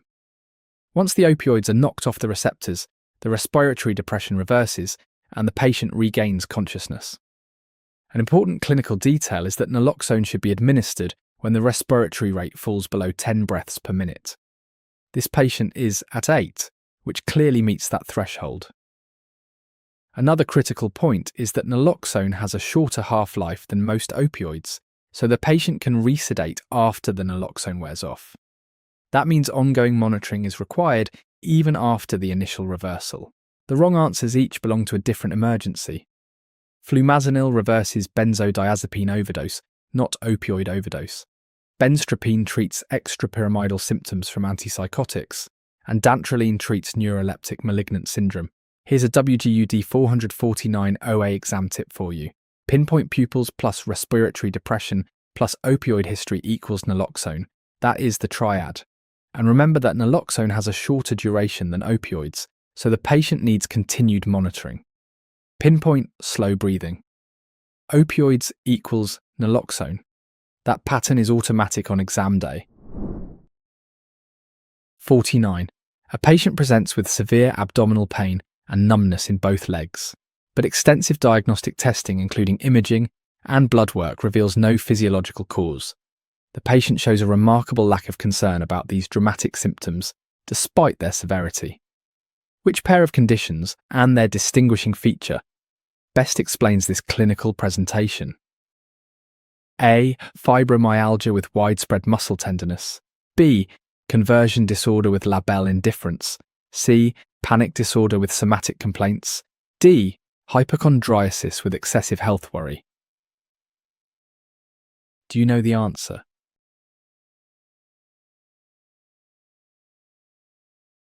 Correct answer. B. Conversion disorder with labile indifference. Explanation. Option B is correct because conversion disorder presents with neurological symptoms like numbness and paralysis without medical explanation, and labile indifference describes the characteristic lack of concern patients display about these dramatic symptoms. Option A is incorrect because fibromyalgia is a diagnosed medical condition with identifiable widespread musculoskeletal pain and tender points, which differs from conversion disorder where no physiological cause exists for the symptoms. Option C is incorrect because panic disorder presents with acute episodes of intense fear, accompanied by physical symptoms like palpitations and shortness of breath, not chronic unexplained neurological deficits with emotional indifference. Option D is incorrect because hypochondriasis involves excessive worry and anxiety about having a serious illness, which is the opposite of labile indifference, where the patient shows remarkable lack of concern about their symptoms. This question introduces conversion disorder and a fascinating clinical feature called labile indifference. The patient has severe abdominal pain and numbness in both legs, but every diagnostic test comes back normal.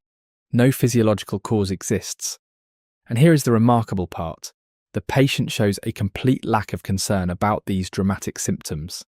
That lack of concern is labile indifference, which translates from French as beautiful indifference. It is the hallmark feature that distinguishes conversion disorder from other conditions. Conversion disorder, also called functional neurological symptom disorder, involves the unconscious conversion of psychological stress into physical neurological symptoms. The patient is not faking. Their brain is genuinely producing these symptoms as a way of managing overwhelming emotional distress, but there is no structural or physiological damage occurring. The symptoms often include paralysis, numbness, blindness, seizure-like episodes, or inability to speak, all without any detectable medical cause. Labile indifference is the clue that separates this from other disorders. A patient with fibromyalgia has an actual diagnosed condition with identifiable pain patterns.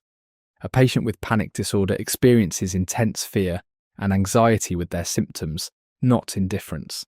And a patient with hypochondriasis is excessively worried about having a serious illness, which is the exact opposite of labile indifference. Here's a WGU D449 OA exam tip for you.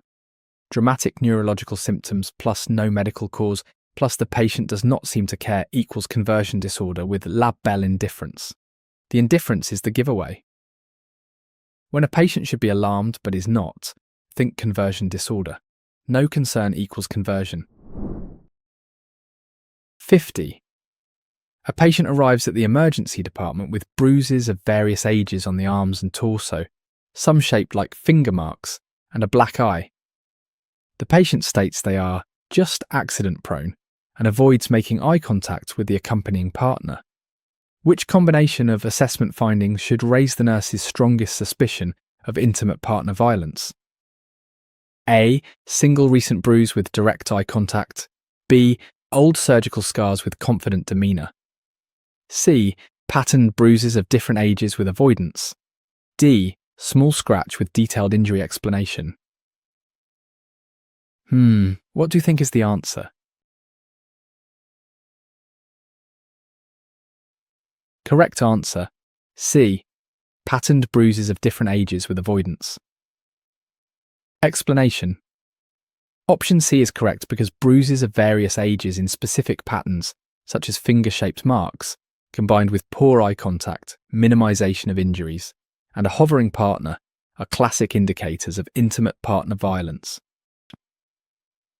Option A is incorrect because a single recent bruise with maintained eye contact is more consistent with an accidental injury, and the absence of multiple indicators reduces the suspicion for ongoing intimate partner violence. Option B is incorrect because old surgical scars with a confident demeanour suggest a history of medical treatment rather than abuse, and the patient's presentation lacks the behavioural indicators commonly associated with violence victims.